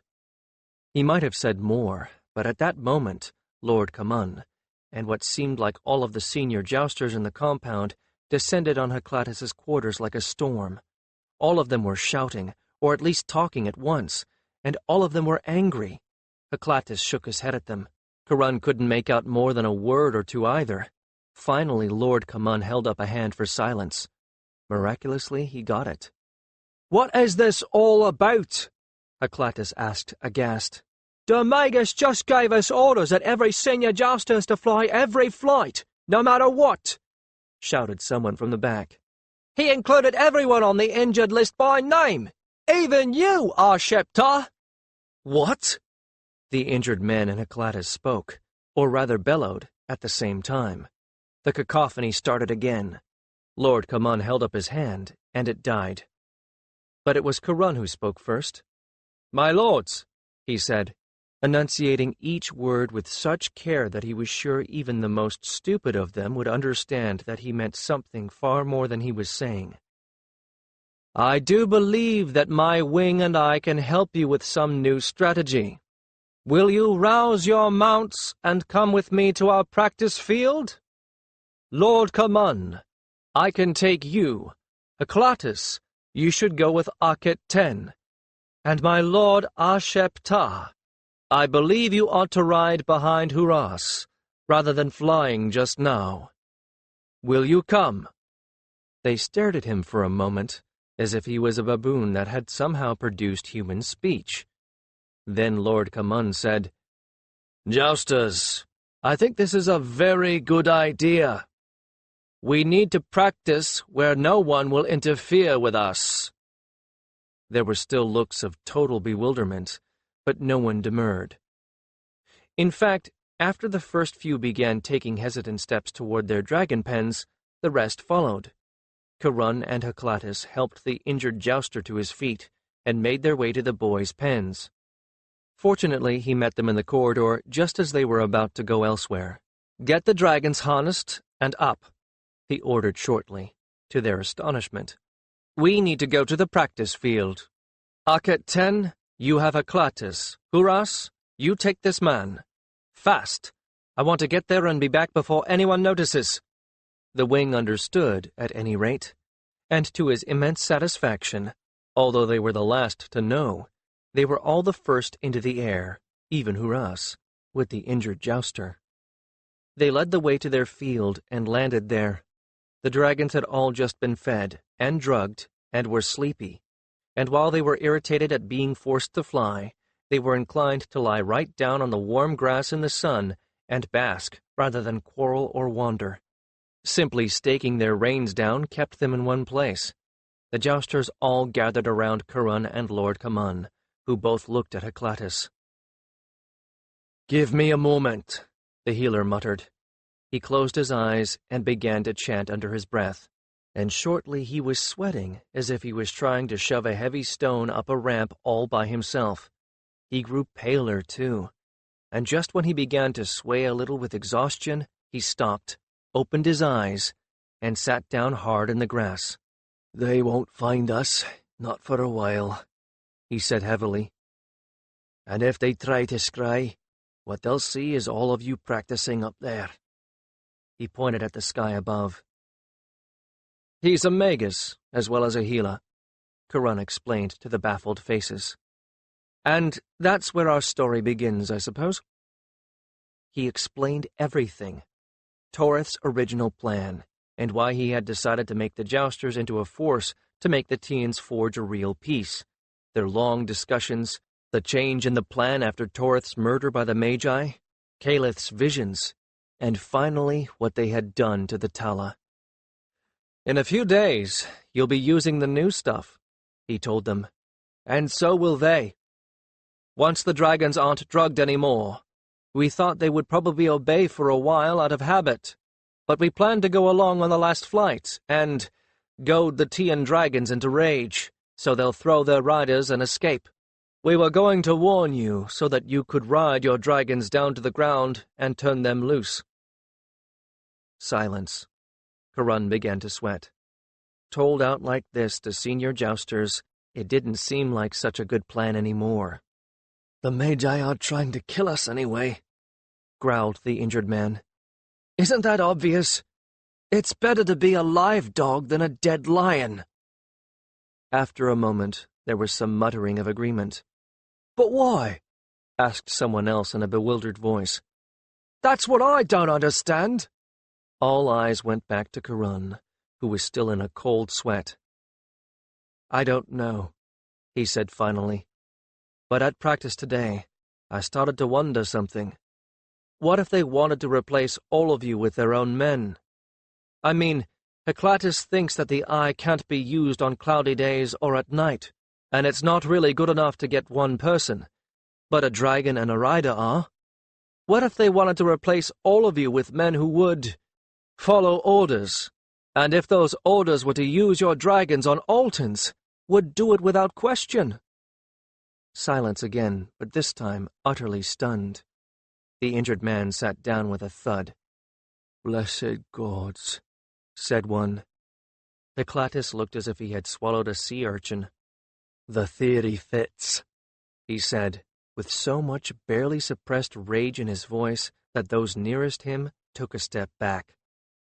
And what a fine way to besiege a place and prevent anyone who might help from coming near it, such as the Temple of all Gods. A gasp met his words, but no one disagreed with him. That this violated everything every Altan believed in was so obvious that it didn't need saying. It was Lord Kaman who broke that third silence by turning to Karun, removing his sash of office, and offering it to Karun. It's your plan, young Lord Karun, he said simply. Lead us. Karun stared at the sash, then into Lord Kaman's face. All he could feel was panic. All he could think of was, I don't want to be a leader. But his hands took the sash by themselves. His mouth opened, and words came out. I think that this will work. Above the wing, nothing but sky. Below the wing, so far below that they looked like fancifully colored little songbirds, were the dragons of Alta. You have ordered all the jousters into the sky, my Lord Magus. We are not the best, but we are ready. For the past 2 days, the dragons had been restive, as the old Tala wore out of their systems. By now the larger dragons of Tia must be getting very touchy indeed. Their dragon boys would be giving them higher doses of the false Tala. It would hold for a while, but not long. Certainly not long enough to get them through what Karun's wing was about to inflict on them. The Magus stared at him, then smiled. He looked exactly like a crocodile. Well done, Jouster Karun.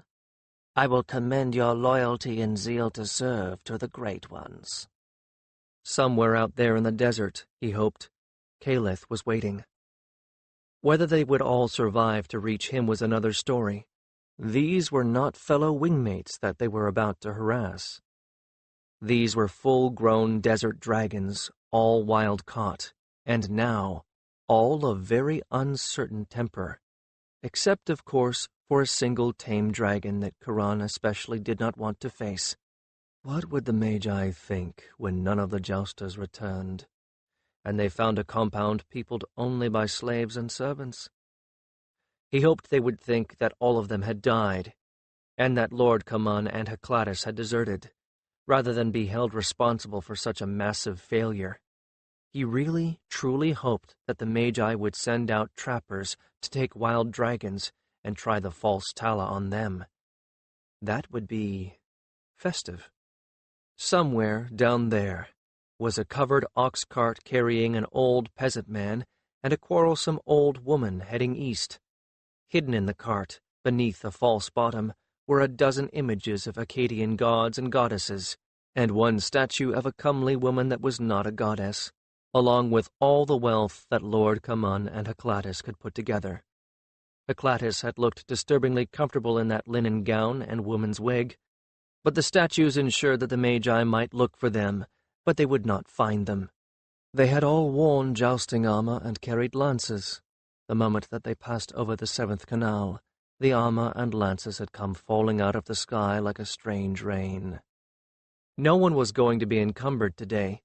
No one was fighting today. The senior jousters were going to let the Tians chase them until their own dragons got too restive. Then they were going to take them down behind the Altan lines and let them go. That was the plan, anyway. No more need for jousting armor. There would be no more jousters. There might be dragon riders, but there would be no more jousters. Down there, so far below that they looked like ants, were the Tian and Altan armies, and there, coming from the south, were the Tian jousters.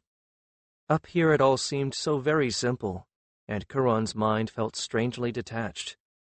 Was this how the gods saw things, as tiny figures at a distance? It was impossible to tell individual warriors on the ground, and even the dragons were little more than scraps of color, swirling around each other, as if moved by the wind. If so, no wonder the gods failed to answer prayers. You couldn't see blood from up here. You couldn't see death or suffering. But I'm not a god, Charon thought, taking in a sudden deep breath of air as the first of the little bits of color broke off and headed for the ground. And I may not see it, but I know it's there.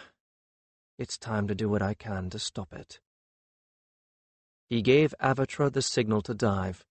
He didn't have to see his wing following his lead. He felt it. He didn't want Akhet 10 to be here, but he needed every dragon.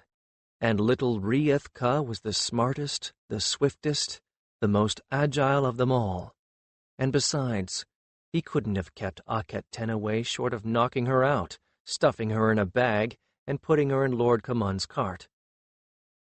And he knew very well what would happen to him then, if he made it to Sanctuary. Akhet 10 would finish what the Tian jousters started. He picked out a dragon, a big one, a blue and green, chasing an Altan brown swamp dragon. He gave Avatra the signal for a raking attack without the claws. The Tian never even knew he was coming. All he knew was that suddenly something big and red came up from behind, moving twice as fast as he was, and nearly knocked him out of his saddle with the buffeting wake of its passage. And his dragon, already giving him trouble, went mad. Charon glanced back over his shoulder. The Tian had broken off the original chase and was now after him. There was another pair of Tians ahead of him, with just barely enough room between them to fit a third. He decided on the instant to fill that gap, and kept Avatra going straight ahead while she still had the momentum of her dive. She blew through the two of them. He glanced back. The purple blundered into the gold and green. Then the blue crashed into both of them. Angry screeches, the first he had ever heard from a dragon, followed him as he sent Avatra into a wing-over and headed her back up for more height. She rode her wings into the air, all business, ignoring the chaos she had left behind. He looked down. There were dull-colored dragons and a few bright ones flying free now.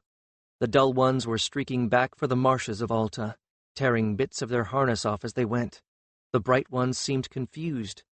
He spotted another good target, a pair of Tian dragons going for the grounded Altan jousters, although their jousters seemed to be having some difficulty in getting them to go where they wanted. This time he didn't even have to give Avatra a signal. She seemed to sense where he was looking, as she had when they hunted in the desert together, and plunged downward toward the new target. This time she chose her own attack, the fisted one. Karun felt the thump as she hit something, though whether it was the dragon or the jouster, he could not have told for sure. She bounced back up. The dragon she hit blundered into the second, and that was 2 more Tians out of the melee. As she clawed for more height again, he took a look below. Now the Tian dragons in pursuit were chasing his wingmates, and even as he watched, he saw 2 of them break off, writhing and bucking in the air, deciding suddenly that the irritating nuisances on their backs were worse than the irritating nuisances that were harassing them. Avatra paused at the top of her climb, and suddenly Karun's vision was filled with a blue and gold dragon. Bleak eyes stared through him from within the slits of a jousting helmet. "I told you not to get on the other side of a joust from me!" Ari shouted, his voice hollow, his words filled with anger and pain, and he struck for Karun with his lance. But Avatra was faster, and she had been learning evasive moves from the moment Karun entered the Altan compound. She did a wing-over, and Ari's lance swished through the empty air. She turned the wing-over into a dive, heading for the ground this time. Karun did not have to look behind to know that Kashet was in hot pursuit. This was a mistake. Kashet was as good at ground-scorching dives as Avatra, and he had more practice. He touched Avatra with a signal. She responded instantly, flipping over in a side-slip tumble that put them upside down for an instant. Kashet shot past. Karun sent Avatra up and back in the opposite direction. It happened to be east. Time to run. He gave her the signal she wanted. For the second time in her life, Kashet pursued Avatra into the desert. This time the odds were better. She was stronger, bigger, and faster, with infinitely more endurance. He hadn't known that Ari was trying to help them the first time. He'd thought that the jouster, his master, was trying to catch them to bring them back to a mutual captivity. Now he didn't know what Ari wanted, but he knew what Ari's devotion to duty would make him try to do. And he didn't want to find out if friendship would win over duty. He leaned over Avatra's neck, making himself as small as possible, and then he gave her an entirely different signal. He dropped the reins. She was the best judge of what to do now. He would live or die by her instinct and ability. She responded at first only by deepening her wing beats and making her climb a little steeper. Then she turned her head, just a trifle, looked back over her own shoulder, and did a wing over to the left. Once again, Kashet shot past. This time, though, he fanned his wings furiously to break, and she shot past him as she turned her wing over into a shallow dive and continued on eastward. She had tricked him into dumping his speed. Karun's heart leaped. Kashet had never fought a dragon that was his equal before, but Avatra had been training with 8 other tame dragons. So he might have more jousting experience, but she knew how to trick another dragon. Karun longed to look back, but resisted the temptation. The battlefield was far behind them, but they were still not over the desert yet. Avatra turned her dive into a climb and glanced back. And ducked, spilling the wind from her wings. Kashet shot by overhead. "This isn't good. He's got more speed now and more height than we do." And 2 more dragons shot past, a blue-black and a silver-blue blur, and a purple-blue-scarlet beauty. Tathulan, who was nearly the size of Kashet, and Rieth-Ka, the largest and the smartest. Kashet was in the middle of a wing-over when Tathulan bowled past, using her own wake to send Kashet into a tumble. But the tumble sent Kashet where he wanted to go, straight into Avatra, and the great blue locked claws with her, and they began to plummet toward the earth, in an obscene echo of a mating fall. Karun screamed in terror, seeing his death rushing toward him. A blue, black, and silver thunderbolt struck both of them. Rieth-Ka had rammed them with chest and fisted foreclaws. Karun caught sight of Akhet-Ten's ashen face for a moment, then Rieth-Ka flapped away. But the blow had startled Kashet, so that he let go, and Avatra wrenched free. She snapped her wings open. With a jar that shook him to his teeth, she back-winged for a moment, then got control again and lumbered upward. Another indigo dragon scorched past her, Bethlin, cutting between Avatra and Kashet. Another, this time a red and sand streak that was Dioth. Cachette wasn't going to be distracted. Kurun could almost feel Cachette's hot breath on the back of his neck. He was going to close again. Avatra ducked and tumbled, and a pet ma, Say Atman, and Wastet slammed into Cachette from 3 sides in a copper brown and brilliant blue pinwheel. Kurun had often heard from old fighters that, at a moment of extreme crisis, time seems to slow. He had never believed that until this moment, when he saw Ari's body jounce upward in his saddle, saw the restraining straps snap with a sound like a whip crack, and watched Ari tumble down over Cachette's shoulder with the same graceful, languid motion as a petal dropping from a flower. His mouth opened. He thought he shouted. He knew he gave Avatra a signal she knew better than any other. She fought out of their tumble, stretched out her neck, made one desperate wing beat, a second, and on the third, got under Ari's falling body with that expert flip of her head and neck that tossed him sliding down the neck to lodge against the saddle, but not quite right. Ari slipped and slid off her right shoulder. Kurun screamed again and grabbed for Ari's arm as he fell for the second time. He caught it and was slammed against Avatra's neck by the sudden weight. She struggled for control. He howled with anguish as his arms seemed to flame with pain.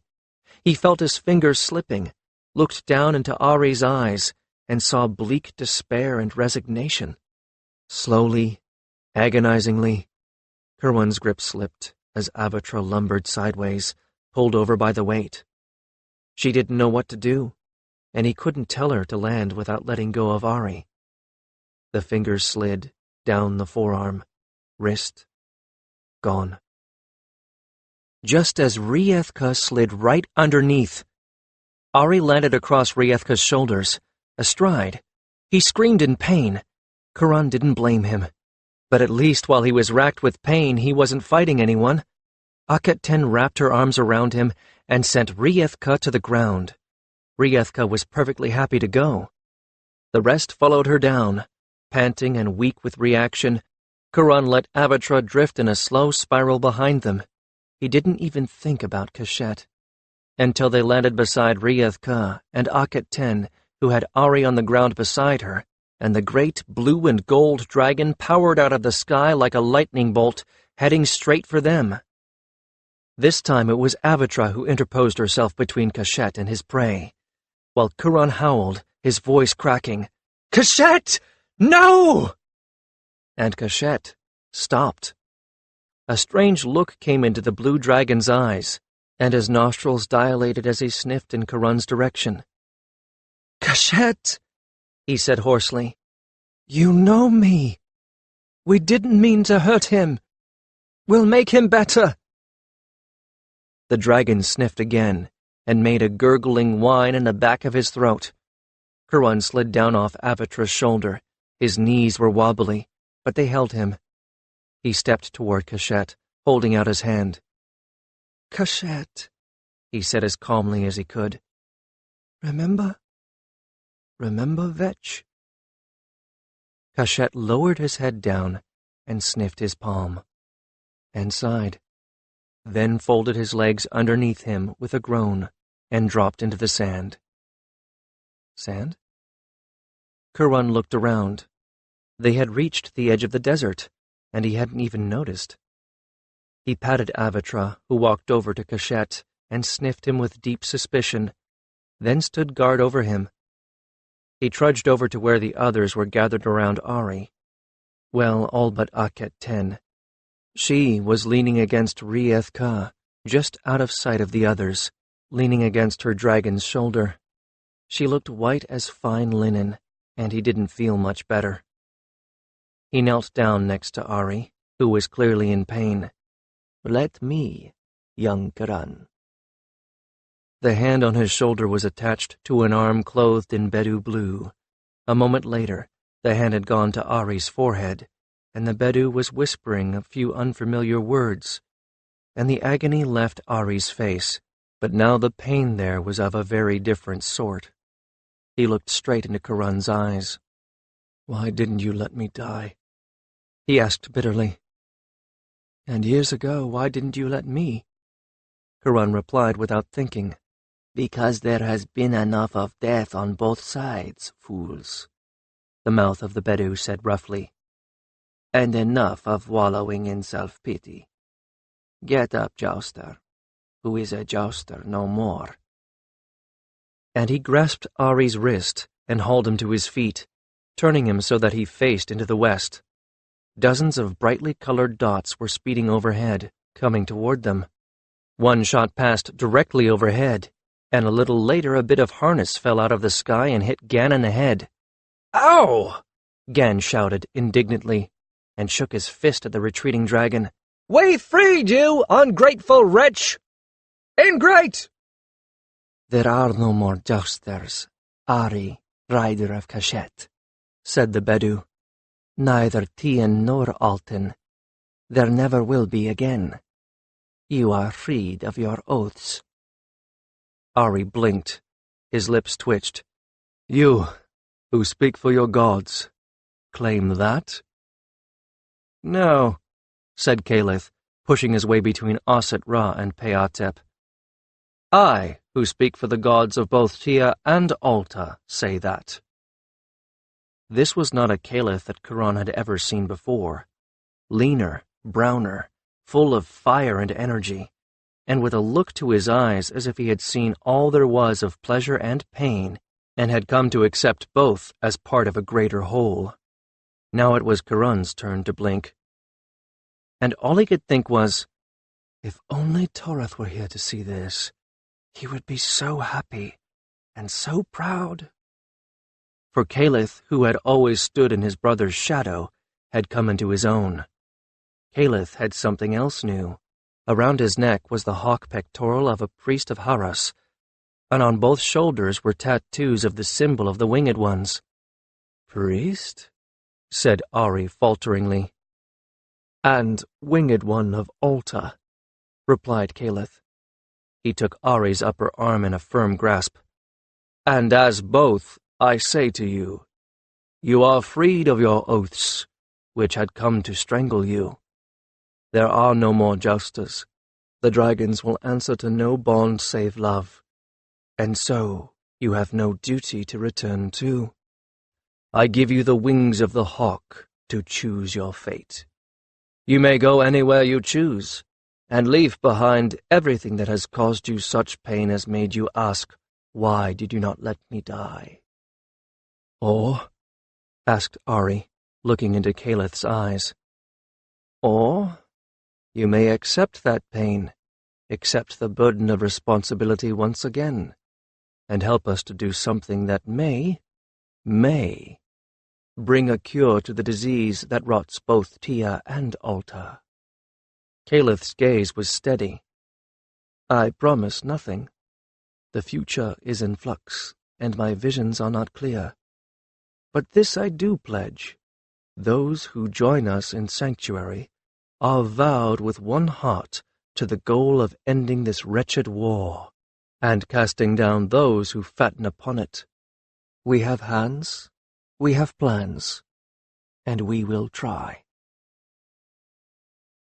Ari closed his eyes, and Karan held his breath. He felt as if he balanced on the edge of a knife blade. He didn't know why it was so important to have Ari with them, other than to himself, that is, but he sensed that it was, and so did Caliph. But Caliph was giving him the choice, to stay or to go, of his own will. Ari opened his eyes and looked straight at Karan, then past Karan, to where Avatra guarded an exhausted Cachet. And he smiled. Take me to this sanctuary of yours, he said. I should like to try. Epilogue. Sanctuary. Karan stood on the top of a squat, wind-eroded tower and looked down at the improvised pens where 10 dragons wallowed in sun-heated sand, as contented as ever dragons could be. The lost city was a very strange place. He had thought it would seem desolate and haunted by the ghosts of thousands. It actually seemed empty and waiting, as if it never had held people before this moment. The buildings were familiar, yet unfamiliar, the shapes like those of Alta and Tia, yet unlike. Partly it was the utter lack of paintings, inscriptions, and carvings. There weren't even any statues of gods here. Partly it was the curves of the walls. There wasn't a straight line here anywhere. The dragons liked it, though. Perhaps it reminded them of the wind in water-cut valleys and caves where their kind made their homes. There was water here, the first need of life, an underground source that seemed bottomless. You reached it through the well house in the center of the sanctuary, which covered the stairway down, which in turn led to a cave and a huge spring-fed pool. Sanctuary itself provided the shelters, far more than the current population needed, although there were more people trickling in all the time. The first two had been Lord Kamun and Heklatus, the latter having shed his womanly disguise, but after them had come several of the dragon boys of Alta and Tia, including Bakken. Some of the healers of Alta and other folk, common and noble. One of those had been Lord Yatiran, who had doubled the population of Sanctuary by bringing with him his entire household. Akhet Ten and Orist could not have been more overjoyed. Kurun could not have been more relieved. Akhet Ten came up through the hole in the roof of the tower to stand beside him. He smiled at her, and made room for her to sit on the sand-scoured parapet. "Look," she said, pointing straight down below. Directly below was Cachette's pen. Entering it were Ari and Nofret. Their voices drifted up on the hot wind. "But of course there can be more dragons and more dragon riders," Nofret was saying, in a voice that sounded surprised. "It's not so difficult. How do we get young falcons? We take them from the nest, of course, and we can do the same with dragonettes. We have 10 dragons that can guard us while we take a single youngster, and we can ensure we do no harm by taking the ones that might not otherwise live, just as we do with falcons." "That never occurred to me," Ari replied, sounding surprised. "But, by Harris, you are right. We can set a watch on the dragon nests, take the ones that are not prospering, take the ones from parents that are not skilled."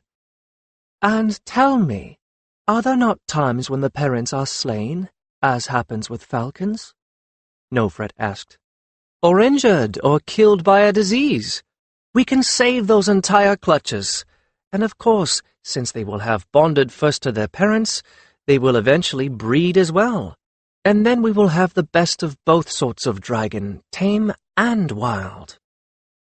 Her voice was alight with enthusiasm, as Kurun had never heard before, and Ari's, when he replied, was warm with pleasure.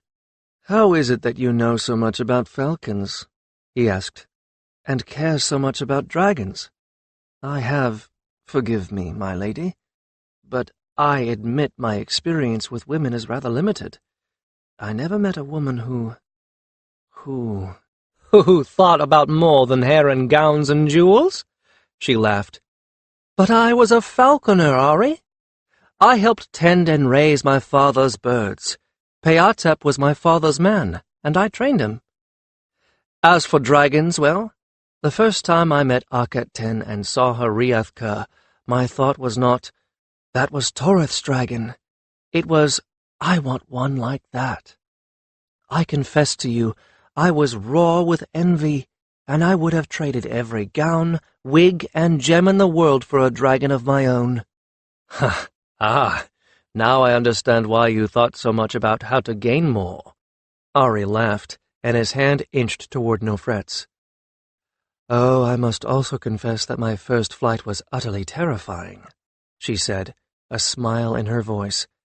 "And for a little while, I thought perhaps this is not for me. But I managed to get beyond that fear as I watched Akhet Ten and Kurun flying away into the sky." And her hand inched toward his. And when they touched, their fingers curled around each other's, interlacing until they seemed that they had never been apart. "I believe, my lady," said Ari softly, "that we must needs find you a dragonet of your own. I should not like to find you trying to win my Cachette away from me. And I I would like to show you what the world looks like from above. It is strange. There are no borders, you see. Karun found himself smiling, then grinning, and had to swallow to keep from whooping aloud as Nofret leaned her head on Ari's shoulder. I should like that, Ari. And please call me Nofret. There are no ladies here. With a start, Karun realized that his fingers had somehow gotten entwined with Akhet Ten's. I think we should give them some privacy, don't you? He whispered, hoping she could not hear how his heart pounded. That might be a good idea, she whispered back with a grin. And you know, we might want to go see if there are dragon nesting places around here. It's going to be a while before Sanctuary can do anything about the Magi and the war. And we're going to need more dragon riders when we do. We certainly will, he replied warmly, basking in their shared dream. Perhaps he was no winged one, but the vision was clear to both of them. We certainly will. This concludes Alta by Mercedes Lackey.